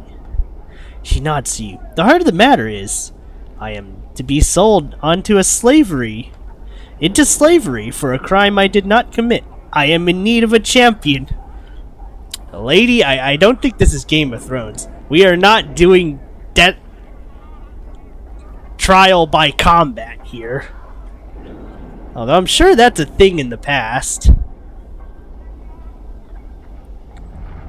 Someone who will help me prove my innocence and free me from this fate. She pauses and looks at you expectantly. Alright, tell me exactly what's going on. She thinks for a moment. This is long in the telling, Cutter. Please bear with me. Go on. She sighs. My husband died recently and left me his business. I am not business-oriented, so I decided to sell. Not long afterward, I was contracted by a lender saying a loan on the business had not been paid. She pauses to gather her thoughts. Go on. I examined all the documents my husband kept and found that there had been a loan taken, but it had just recently been paid in full. I explained this to the lender, and a few days later, he asked for a copy of the document. It was nowhere to be found. She looks concerned and pauses to think. Go on. Well, when I could not prove the loan was paid, the lender took me before the court. My monies were taken and applied to the balance owed. Since it did not pay off the loan, I am to be sold on the block to try and recover the remaining amount due. She gives you a forlorn look. I don't understand. I saw you to slavery. She shrugs. It serves many purposes. First, it keeps the prisons relatively clear of all but the vilest criminals. Secondly, the sales of the convicted are used to pay for any damages, costs, or fees involved in the case. Finally, the convicted still serves a sentence from which they are eventually released as supposedly better citizens. This is all fascinating, but I don't see how I can help you. I need someone to find the missing document, the one that proves the loan was paid. Or if you could purchase my contract, I could pay back. She gives you a pleading look. I can't spend the next 5 years of my life in this ward. Cutter, it will kill me. Surely you noticed the illness shared by all who live here. Yes, the yellow skin and the coughing. She nods her head. Yes, Cutter. Please, can you find it in your heart to help me? She looks at you nervously. Please.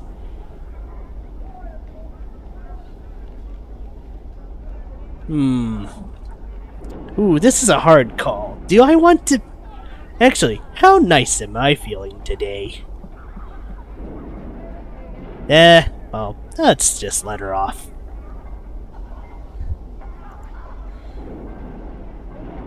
You've been found guilty in a court of law, and only the law can help you. Surely you realize that even the law can err at times?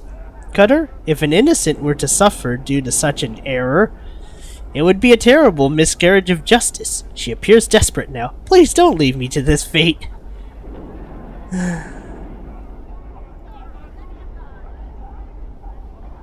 Yes, I'll help you.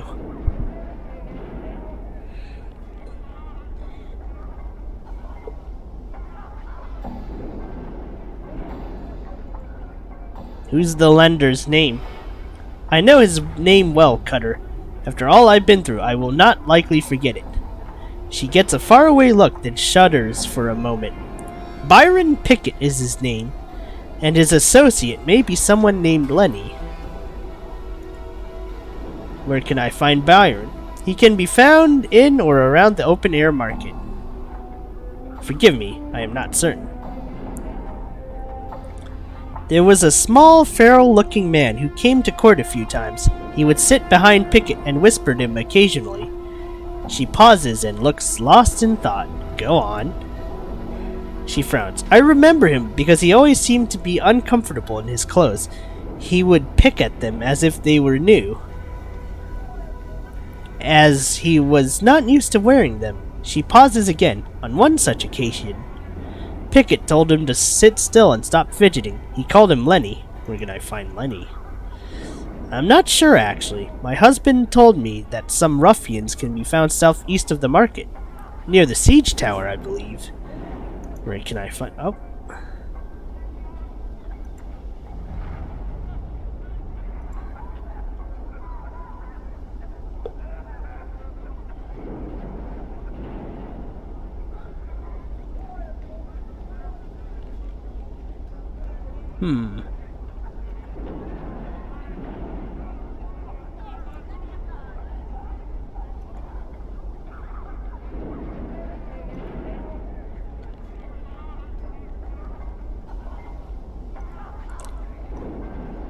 Well, maybe the lender stole the document so that you'd pay for the loan twice.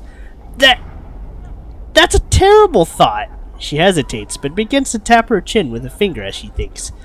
But also an ingenious one. This Byron Pickett does strike me as a knight of the post. A what? A thief or a cheat, Cutter. Such are called the knight of the post, or of the cross trade. That's an interesting way to describe it. Alright. How much for the fight from the 12 years? What do I hear? Do I hear 120? 130? Sale. This one's special. Only 100. What am I in? What am I in? She says she doesn't belong on the block. He sighs and then frowns at you. Would you say otherwise if you were in her shoes? He shakes his head. I've heard her story, sir, although I sympathize with the lady. There is nothing I can do without evidence to back her up. What if I can prove she's innocent? What are we doing? Wait, why am I doing a Phoenix Wright in my medieval fantasy? What is this shit? He laughs at you. He laughs and looks at you mockingly. As an agent of the courts, I could go before them and with new evidence and have all judgments against Trist reversed. Do you have such evidence? Not at this time. Do you intend to seek such evidence on behalf of Miss Trist? Yes, I do. He stares at you for a moment, trying to gauge your seriousness. Very well, I will not auction Trist for now. Good luck in your endeavor. Now leave me and get to it. Well, I suppose I will. 100 is not worth 50.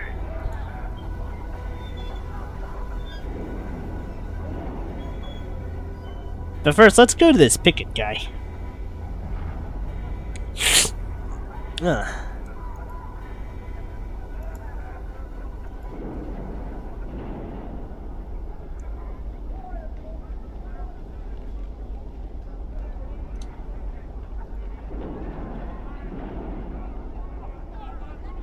Ah, Trist. He frowns and looks away. After a moment, he looks at you and raises his eyebrow.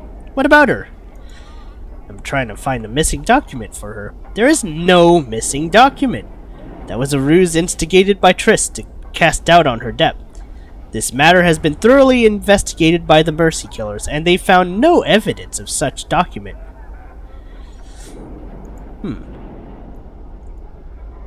They could have missed knowing. Yes, a faction of fanatics dedicated to uncovering the truth in criminal cases and handing out justice. They are often used as investigators in the courts of Sigil. They are quite thorough and found nothing. He glares at you. They could have missed something. That is a possibility, but not likely. You obviously are not familiar with the Mercy Killers or their methods to make such a statement. If they could not find the document, then it does not exist. He looks at you angrily. Someone could have stolen the document, then destroyed it. That way the loan would have to be paid Updated my journal. twice. For a moment, he looks as if he's about to be furious with you. Then a gloating smile crosses his face. What a terrible thought. Pity. There's no proof of such an activity.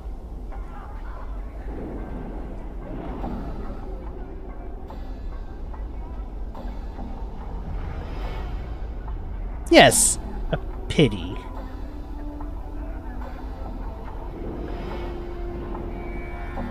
Updated my journal.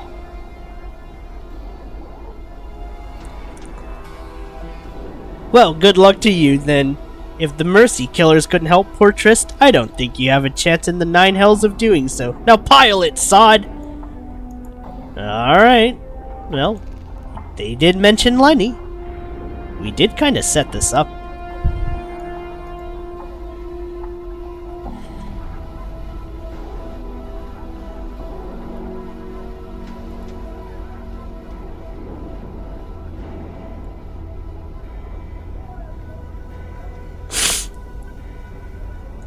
I want to ask about the papers you stole from Trist.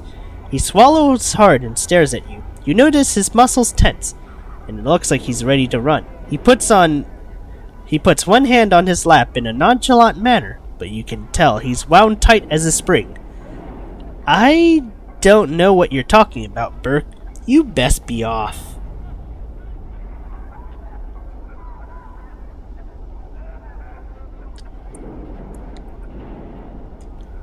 smile wickedly. You know what I'm talking about. You know what I'm talking about, Lenny. Byron had you steal some papers from Trist. I'm here to collect them. He swallows hard, and the corner of one eye starts to twitch. He glances at the scars that cover your body, then tries to meet your gaze, but cannot. Collect them? I destroyed the paper after I nicked them, just like Byron told me to. He finally meets your gaze. Really? Then why so nervous, Lenny? Let me guess. Byron thinks you destroyed the papers, but maybe you didn't. Maybe you kept them. A little blackmail material, perhaps? He stares at you for a moment, then suddenly turns to run.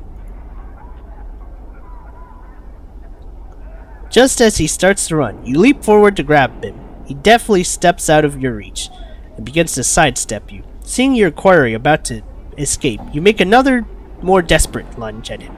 You fail to grab him, but you do manage to bump into him hard, knocking him off balance. Your efforts foil his escape. Alright, I didn't destroy them. I'll hand them to you. Just let me go.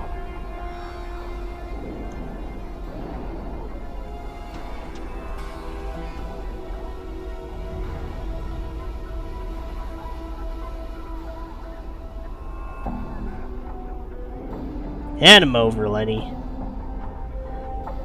He sighs. I don't have them with me. You frown at him.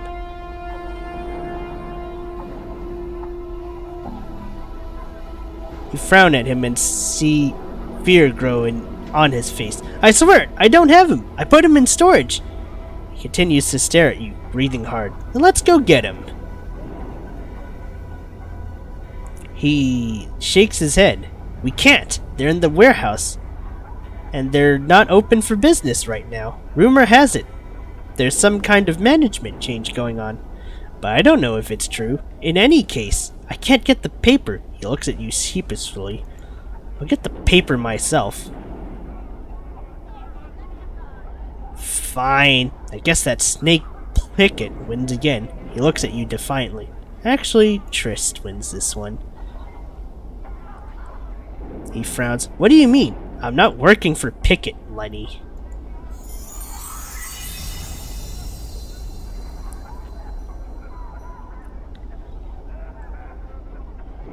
He stares at you in disbelief. You serious?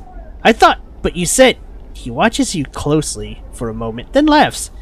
You gave me the peel so I'd spill the chant to you. He shakes his head and looks at you with respect. Good job, Cutter. Let's go get the papers.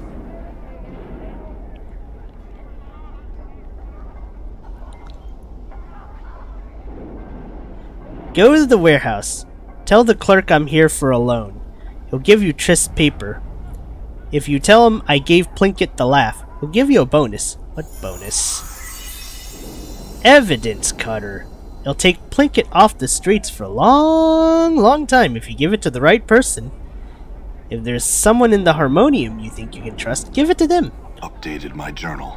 Oh, I feel like I should load that one, actually. Oh dear. I'll be right back. Oh no. Oh my. I'll have to speed through the dialogue again, but I think I missed something here. Ugh.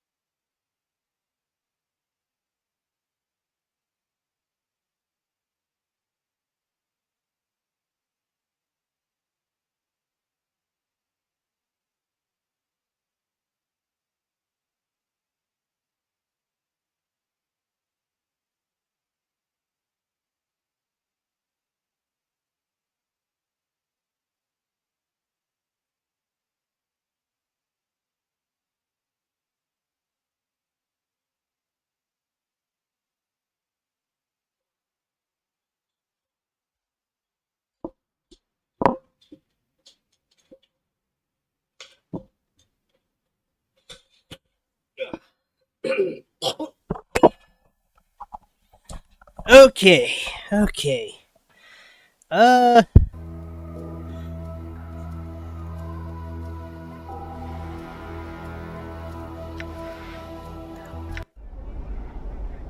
Hang on.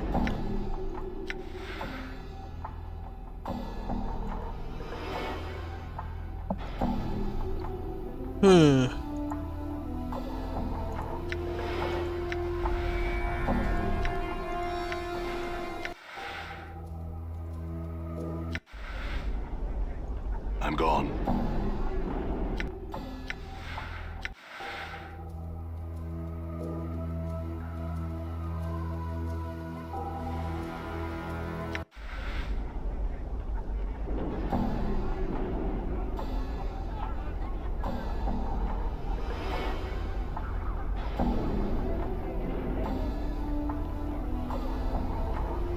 Oh, never mind. All right. Okay, now we're free to start over again. I think there's extra dialogue that I missed.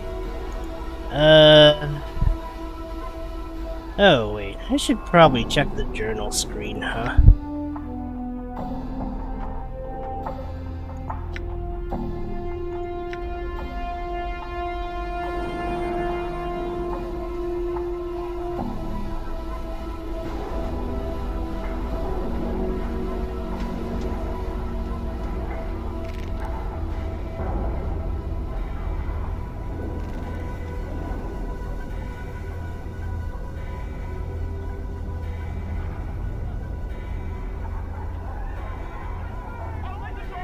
I'll have to admit, you know, if I were a robot, I must be one weird-ass advanced robot. A big if. Oh, also, I should take this screen off. But, let's see here. A robot that can literally get sick, has stomach problems when they have really shit food, if we ever get to the point where we can develop a robot that's like 99% human, I can't tell if I should be impressed or horrified. Sale, this was special. Only 100. What am I in? What am I in? You, sir.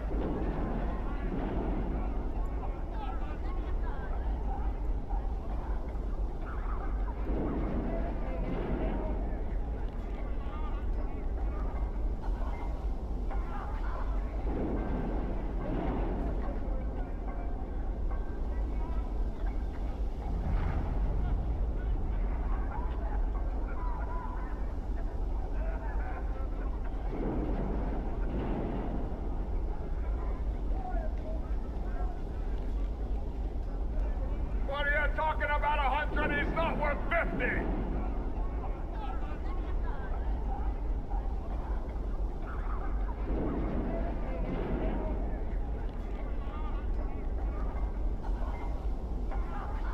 Updated my journal. How much for the child? Endure. In enduring, grow strong. Now, let's see here. Specimen right here. Do I hear 100? Come on, you there. What are you bidding? I hear your words. What is it you want then? Look how strong he is. What do I hear? Do I hear 120? 130? Sale, this was special. Only 100. What am I in? What am I in? You, sir. Your path is mine. Done. What is your will?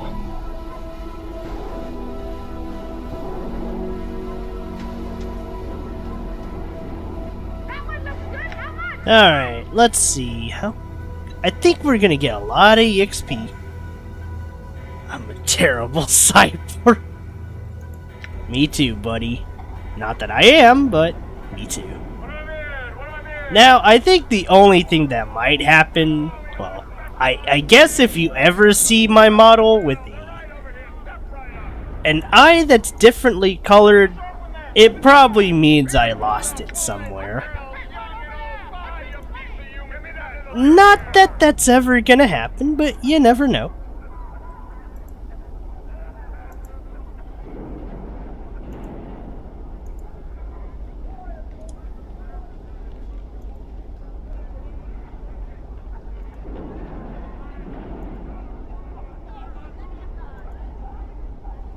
Updated my journal.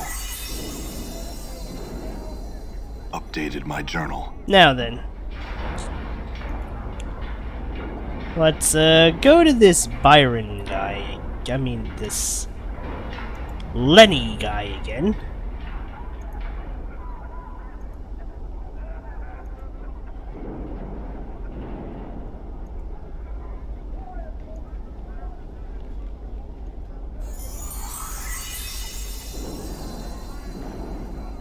Why did you keep them, Lenny? Blackmail, I assume? He snorts and gives you a defiant look. I kept them so I could turn stag on your boss Pickett and keep Trist off the block. He shakes his head. Blackmail my arse?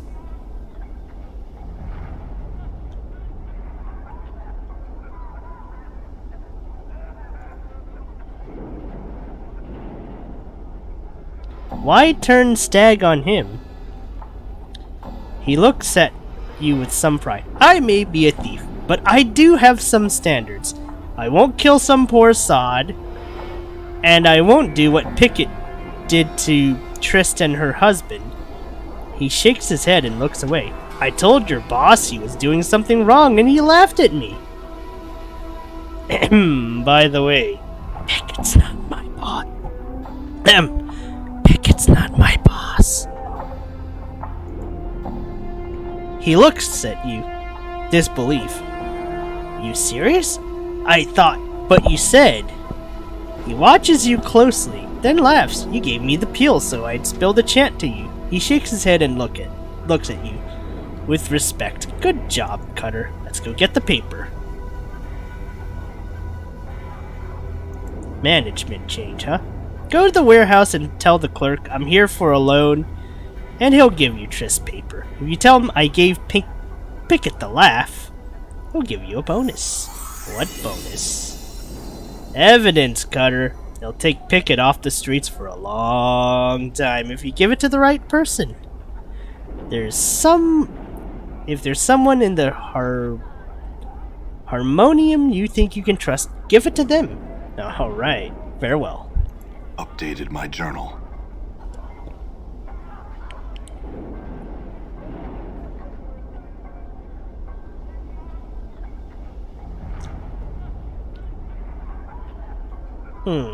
The warehouse north. Let's see.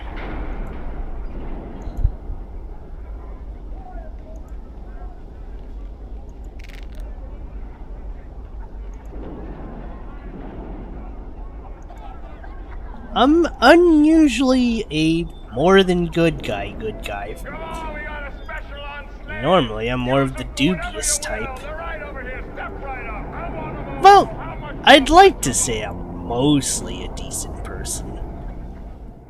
Sure, I have a few flexes in morale, but... I mean, not morale, morals. Yes, Glitzper asked me to deliver a handbill to you so you could print up 100 copies. He takes the handbill from you, looks it over and says, I'll have it for him later. Go tell him. I'm gone.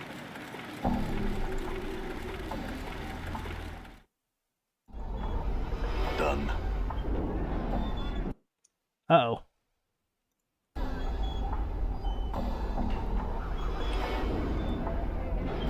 Where's this Glitzper guy?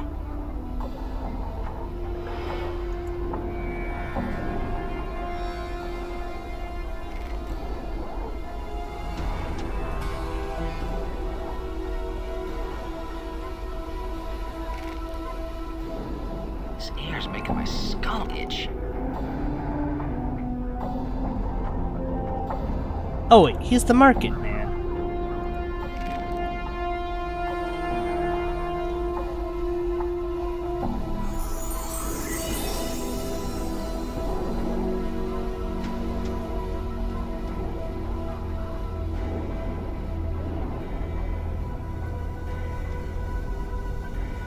Take this message to Kelder Durian at the Foundry. I'm sure he'll be glad to receive it, and you'll be glad of the 100 coins you get in return. Updated my journal. Well, I guess that's More tasks?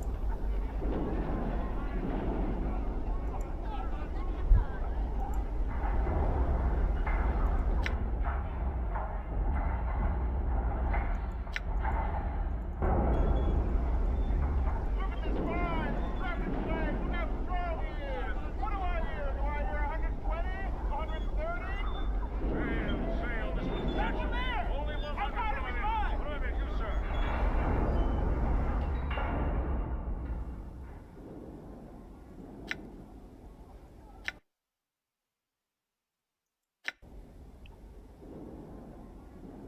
I'm gone. That is some back-ass at. Welcome to the Vault of the Ninth World. How may I serve you on this day, said Gillian. I had a few questions.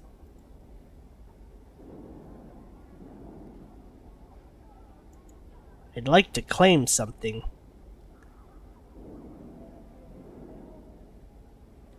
I was told to tell you that I gave Pickett the laugh.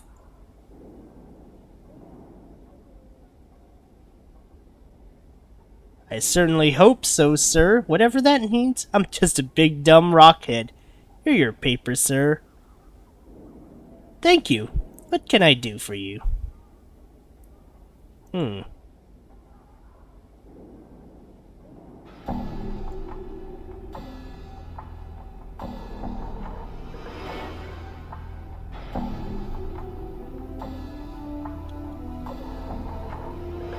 Alright, well, let's not be too rude now.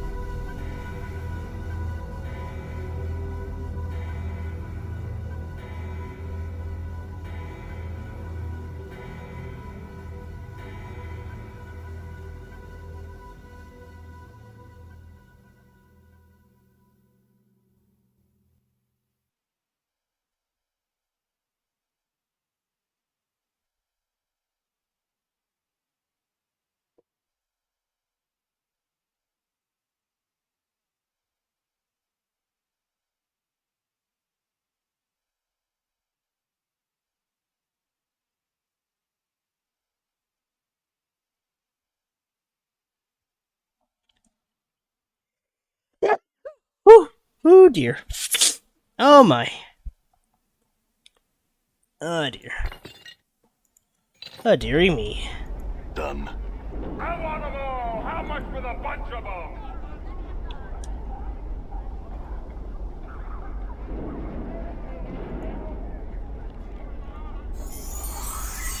And there's the proof. Show me this evidence. He opens the document and quickly scans its contents. After a moment, he sighs, then folds the document and puts it inside his shirt. It seems the courts owe Lady Trist an apology, sir. From this moment, she is free, and I will make all the arrangements to have her status and property returned to her. Updated Thanks, my sir. journal. No, thank you. It's rare an individual who will do what you have done. He bows to you. Excuse me, I must speak to Lady Trist. Farewell. I feel stronger. How much for that one over there on the left? Step right up, boys and girls, young and old. Buy your piece of human flesh right here. Alright.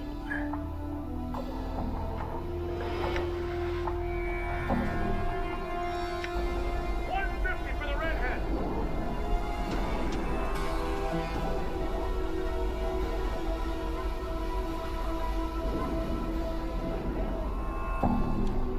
Triss smiles at you warmly. You are my savior, Cutter. I will forever be in your debt. Thank you, Cutter. She glances about, and then pauses to think for a moment. You have saved me from certain death, Cutter. A slow, painful death. She frowns as she thinks. Please wait here. I shall return shortly. She turns and walks away. You see Trist approaching. She smiles and waves at you. Hello again, Cutter. Thank you for waiting. She looks about for a moment, then removes a purse from the folds of her dress. With the document you have provided, the courts will restore my status and finances. This is not much, but it is a well-deserved reward for what you have done. Thanks, Trish. She smiles. No, I thank you. Farewell, Cutter. Ah, another happy ending. Don't you just love it? Bid on the slave. Let's hear it. How much for this one?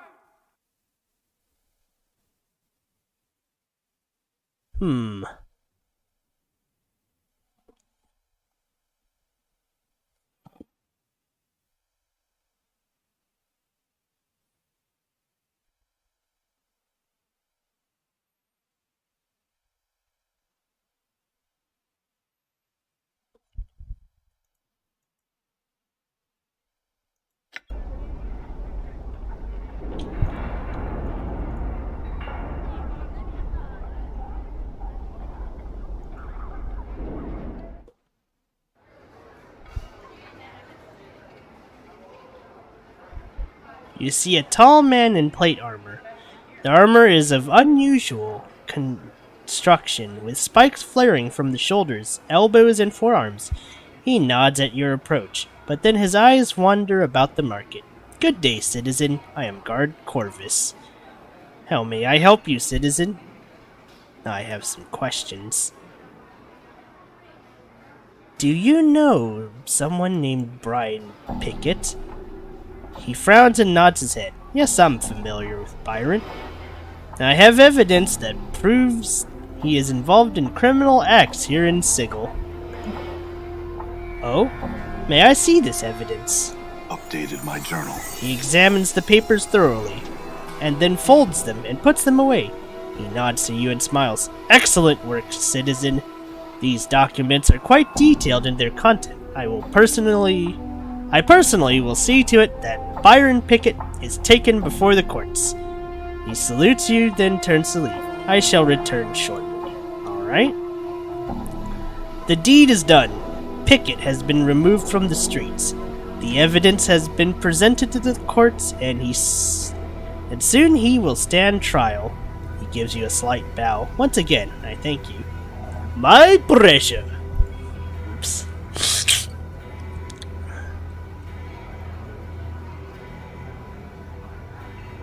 You glance over your shoulder and notice a young lady wandering about the market. Corvus seems to have his eyes locked on her. You seem preoccupied. What are you looking at? He snaps his attention back to you. I beg your pardon, citizen. Please excuse me. His eyes wander back to the young woman and his voice fades to almost a whisper. She has the voice of an angel and she's such a pretty young thing. He sighs.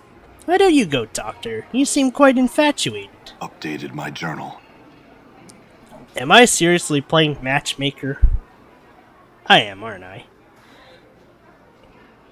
An uncomfortable silence fills the air. Finally, he turns his attention back to you. I just couldn't. I mean, a woman like that, well, she must be... He sighs and pauses for a moment. Was there anything else I can help you with, citizen?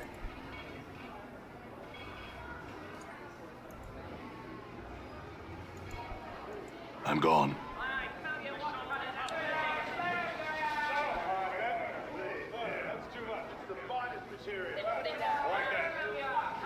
You see a pretty young woman wearing simple clothes. She wanders about the market and examines everything, but does not make purchases.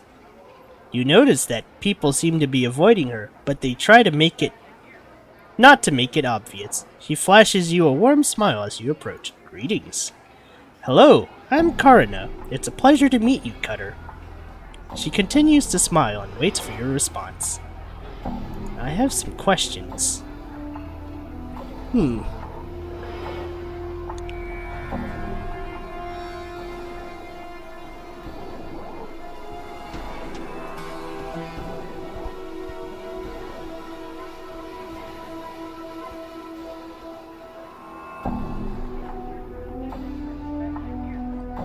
Up, hold on.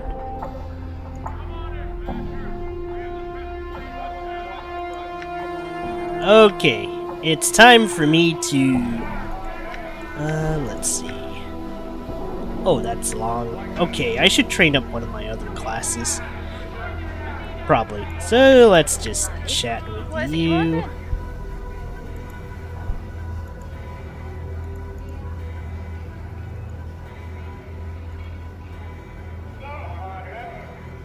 Wait, where'd she go?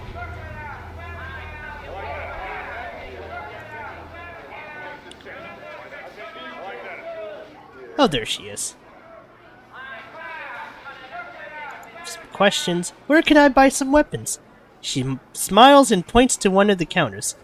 Enz over there sells weapons, all kinds of weapons. Are you aware? How silly of me. Of course you are. I mean, how could you not be with all those scars? Oh, I'm sorry. I should have mentioned those.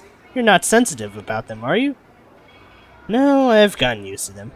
She looks relieved. Oh good, I didn't mean to hurt your feelings or anyone else's for the matter. You just have to be careful what you say to someone, you know? Sadly, that's not how this world works. I mean, you would like to think it works, I don't know, most of the time, but let's be real here. It doesn't. So people like her are a rare gem. Kinda sad that it's this way, though. But, well, you know, that's why you cherish the kind of people that are this warm. Well, hopefully genuinely warm and not purposes warm.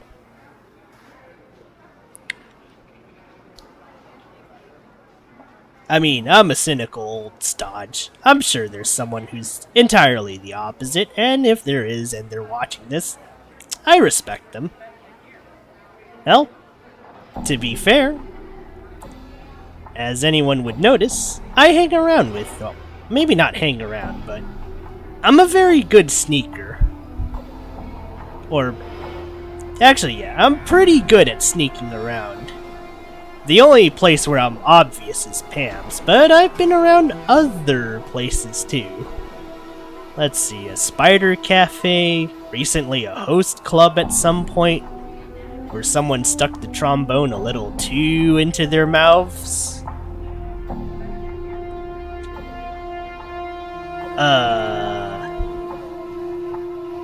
Let's see, there was this ocean bar with pretty good jazz. Man, first time I've seen anyone in VTubing period interested in jazz. I thought that shit was a meme. I guess not. Well. A lot of different positive folks. It's kind of funny. Opposites really do attract in some ways.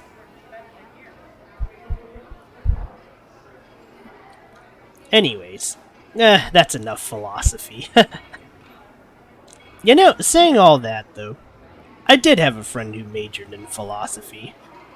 And while it was sometimes an argument of circles with her, I do kind of miss having those janky, pseudo-deep, well, maybe not pseudo.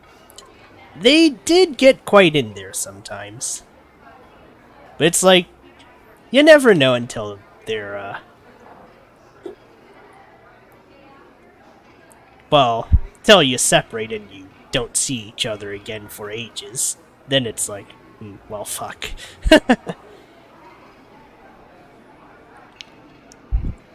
Anyways.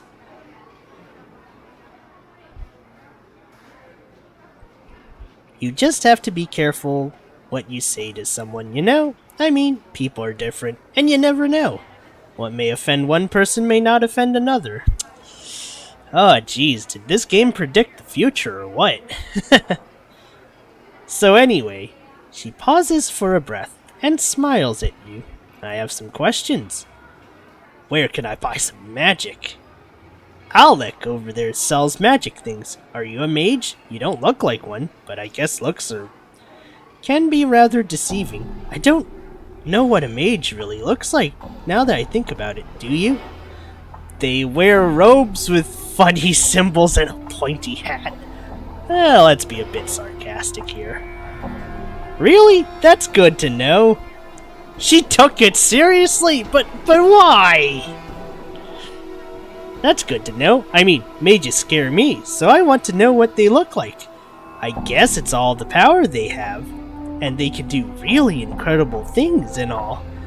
But you don't know what they look like. Warriors, priests, and, other powerful people just look powerful with all that stuff they carry around that says they are powerful people, but not mages. She pauses. You, really like to talk, don't you? She shuffles her feet and looks embarrassed.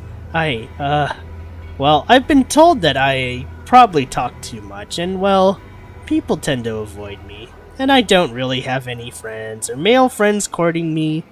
Sometimes I get lonely. Her voice gets lower and lower until she's finally silent. She stares at the ground at her feet.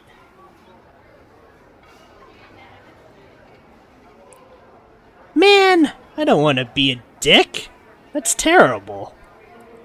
I don't even think she's a bad person. Updated my journal. I don't think you're a bad person, Karna. I happen to like you. She gives you a hopeful look. Really? Thank you so much. I don't know your name.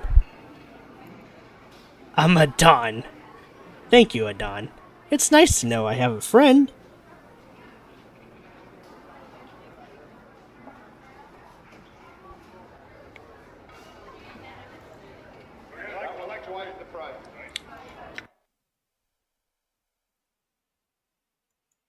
That actually didn't feel too bad.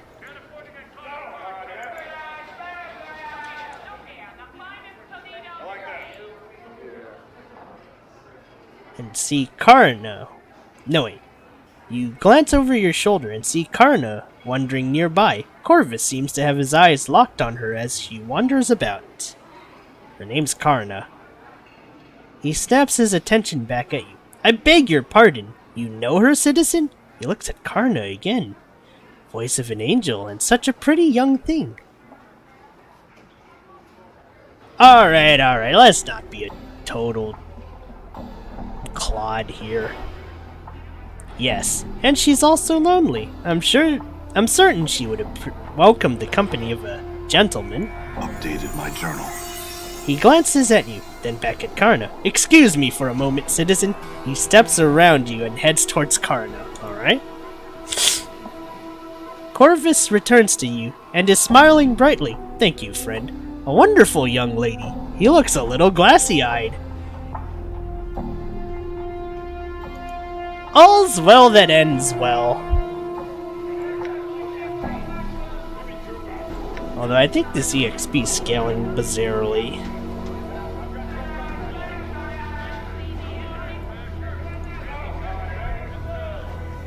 Where'd she go? No. Oh, damn it, where'd Karna go?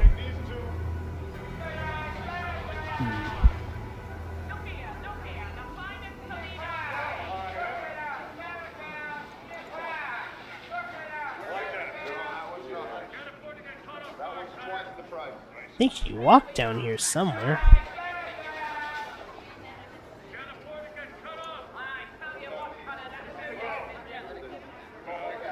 Karna notices your approach and beams you a happy smile. Hello again. She looks like she's about to burst with excitement. Thank you so much, Cutter. I'm so grateful for what you did. What did I do, Karna? She laughs. You sent Corvus my way. I know because he told me so. He was afraid to approach me. Thought I had a list of suitors. Well, what I meant to say was, thank you. She gives you a hug. Damn it. This shit's like something out of all the...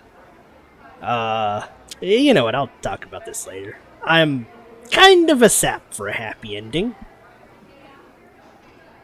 Like, look, I talk about depressing things quite often, but I'm not gonna mince meat. I love my happy endings. Whenever I can see them.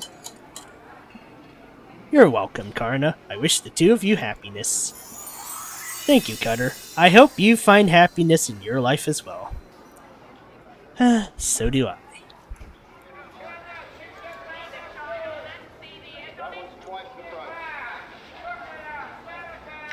This really reminds me of those, So, I've fallen into a weird rabbit hole of manga dubs, where a lot of the stories end A, romantically, B, they're, quite happy together, or something like that. It's always like some weird contrived thing where the guy somehow marries a rich girl for some of these. I swear to fuck, it's like 60% of them. But then you find the weird stories, like a guy whose poker face, like, just gets in the way. Alright. And he's just lonely as shit. But then he finds a lady that actually can read him.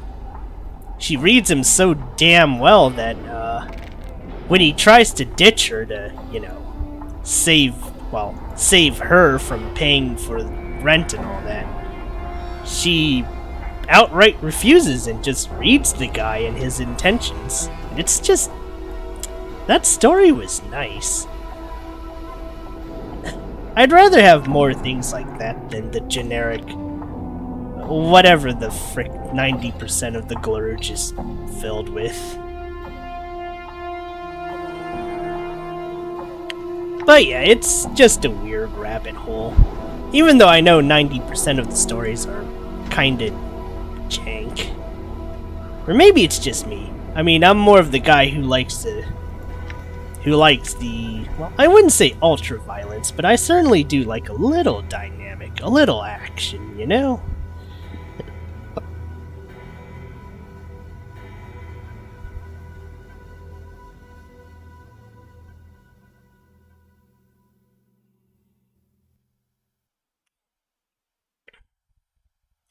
Okay.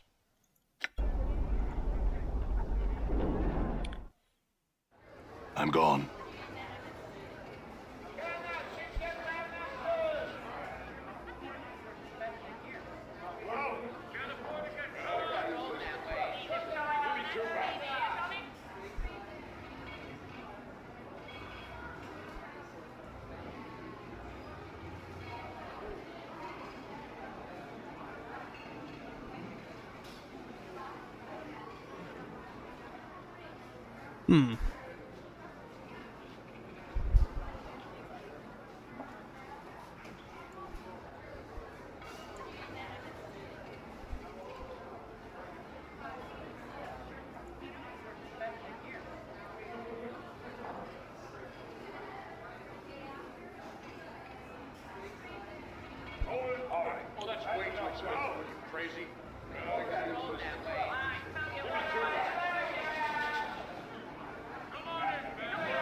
Alright, we're gonna do one more dialogue doodad today before it ends.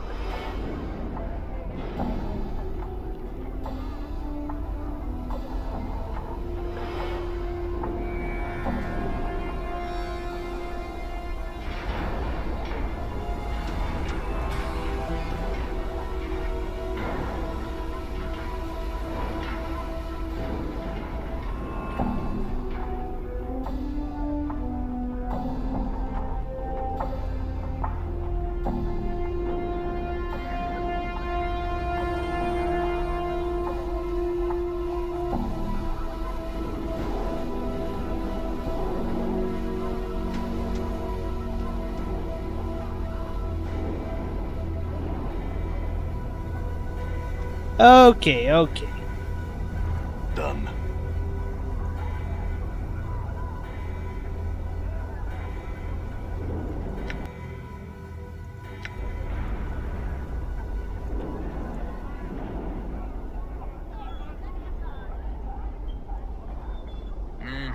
I don't trust the Gith. I say we leave him behind. Come on, we got a special on slaves. Use them for whatever you will. They're right over here. Step right up.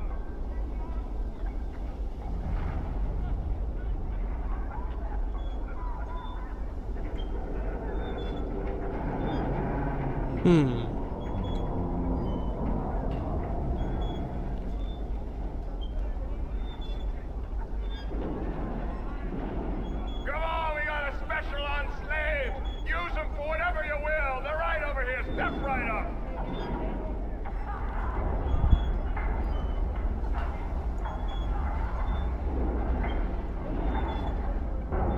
Get your slave over here.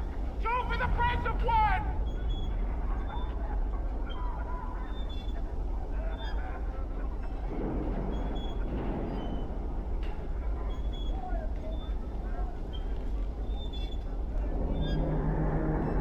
Get your slave over here! Two for the price of one!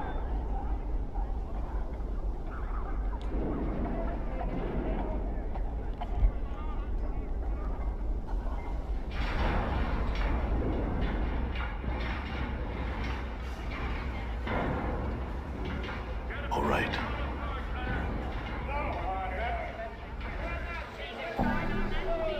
Let's talk to him again.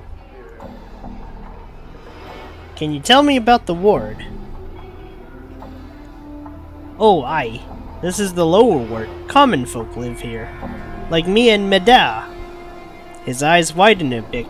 He looks excited. Do you know why it's called the lower ward? Well, it's reckoned the ward's got a mess of portals to the lower planes all riddled through like cheese. So I suppose that's why the name stuck. Do creatures come out of the portal? Aye, they do. Most of them just stoppin' though. He swallows nervously and looks worried. Have you seen this yourself? 'Twas last week or so. I saw a couple of Abishai come through the portal. They talked a good bit, then one of them went back through. The one that stay is still there, he frowns. What were they talking about? Oh, I don't know for sure. Just hissing and such, but I think they were talking about the tower. He shrugs. Updated my journal. The tower, one of the strangest sights in the ward. No one really knows how long that scarred old tower has been around. You can't get into it, you know. Bolted up tighter than a chastity belt. I'd be curious to know what's going on in there. He thinks for a moment. The Abishai was gesturing the tower and the portal. They was looking for the key, I bet. What key? The key that leads to the tower. Every portal has a key that opens it somewhere. The key can be a gesture, item, or a thought. Many have tried to get into the tower. No matter how hard you try, you fail. Maybe the secret to get in is to not want to Updated get my in. journal. I don't know, Cutter. Updated my journal. He stops. There's a drawbridge-like contraption back of the tower. That's where it is. Alright, let's open to the portal.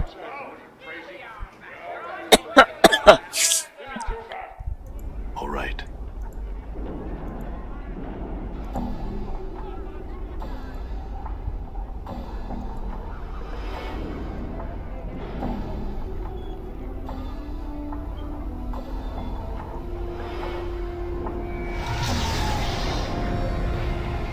In we go.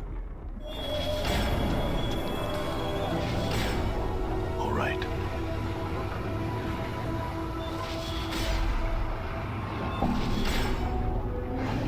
You see an iron creature. Its size is staggering. It stood full height.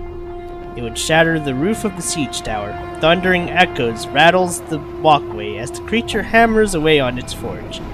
The smell of soot and ash fill the air. Updated my journal. Greetings. This is the screaming of metal on metal as the giant turns to face you.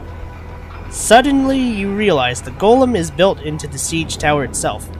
Girders, pipes, and huge bracers run through its lower torso and into the walls, and the bottom portion of its body makes up the forge itself. What are you? I am iron given purpose.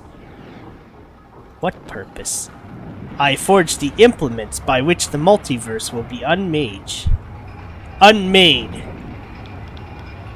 You mean like forging weapons? That's your purpose? Metal is like flesh. Both carry potential in their veins. When tempered with heat and pressure, the potential surfaces.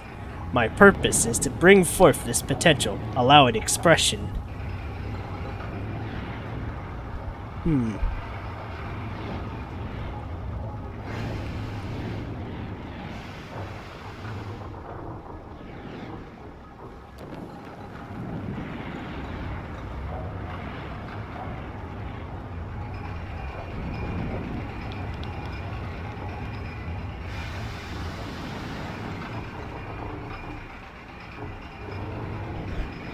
Why do you make weapons? The iron of my body once existed only as minor expressions of pain, blades, spears, axes, arrowheads, and rivets and catapults. From these implements of war was I wrought. What happened? These minor expressions of pain were melted to forge this body. My potential was allowed to surface. Now my purpose is to bring out the potential in other metals. You said someone melted these weapons and forged a body. Who? Entropy raised me from the planar battlefields. And you said your purpose is now to forge weapons?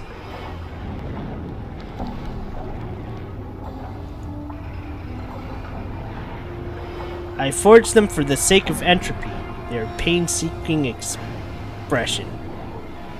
What does entropy need weapons for? Beyond this tower, order rallies its legions. The multiverse heals its wounds. In time, its strength may equal entropy. The multiverse is your enemy. Why? Updated my journal. The multiverse breathes, it grows, it stagnates, it forges its chains around the planes link by link. In time, even entropy might be chained. You're opposed to chaining entropy? When a thing seals itself against its own destruction, it merely dies a different death. So you're saying immortality is just a different kind of death?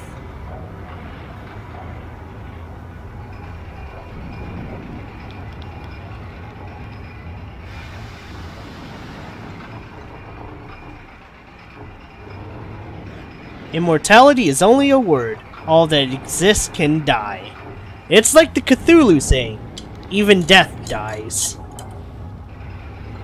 Could you forge a weapon to kill an immortal?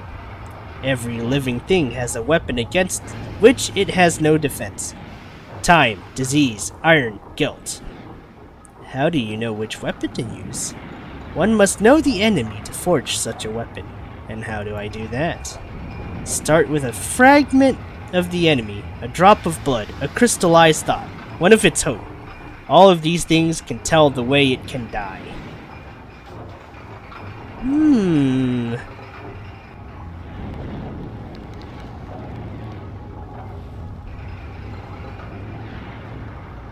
Then that fragment of the enemy you must use. How?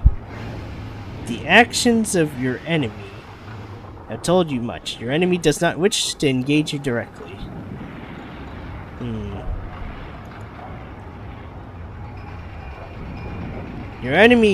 Confront your enemy directly. Take the battle to the enemy.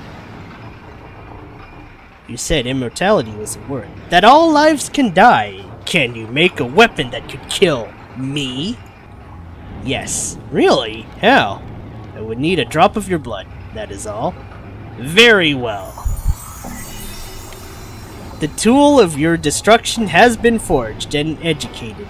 It is not enough. What do you mean? My journal. The magics that keep your heart beating and mend your flesh are strong. You must sink the blade into your body, only within a shell where you are cut off from the planes. Why? The magics that keep your heart... No, the reason is not known to me, yet both the weapon and the place are necessary for your destruction. That is not known to me. I feel stronger. Jeebus.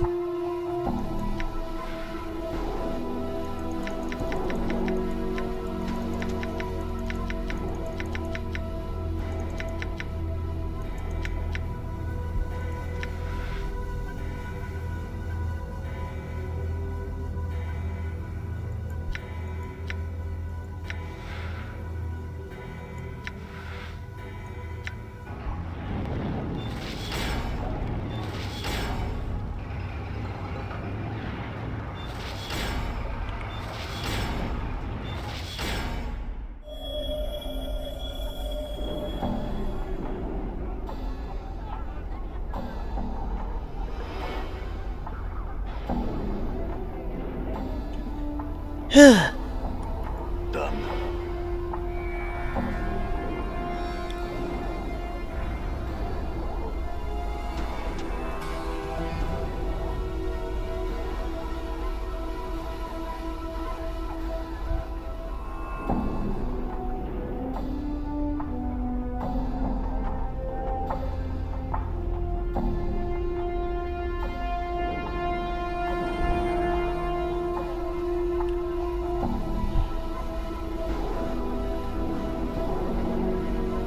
Okay.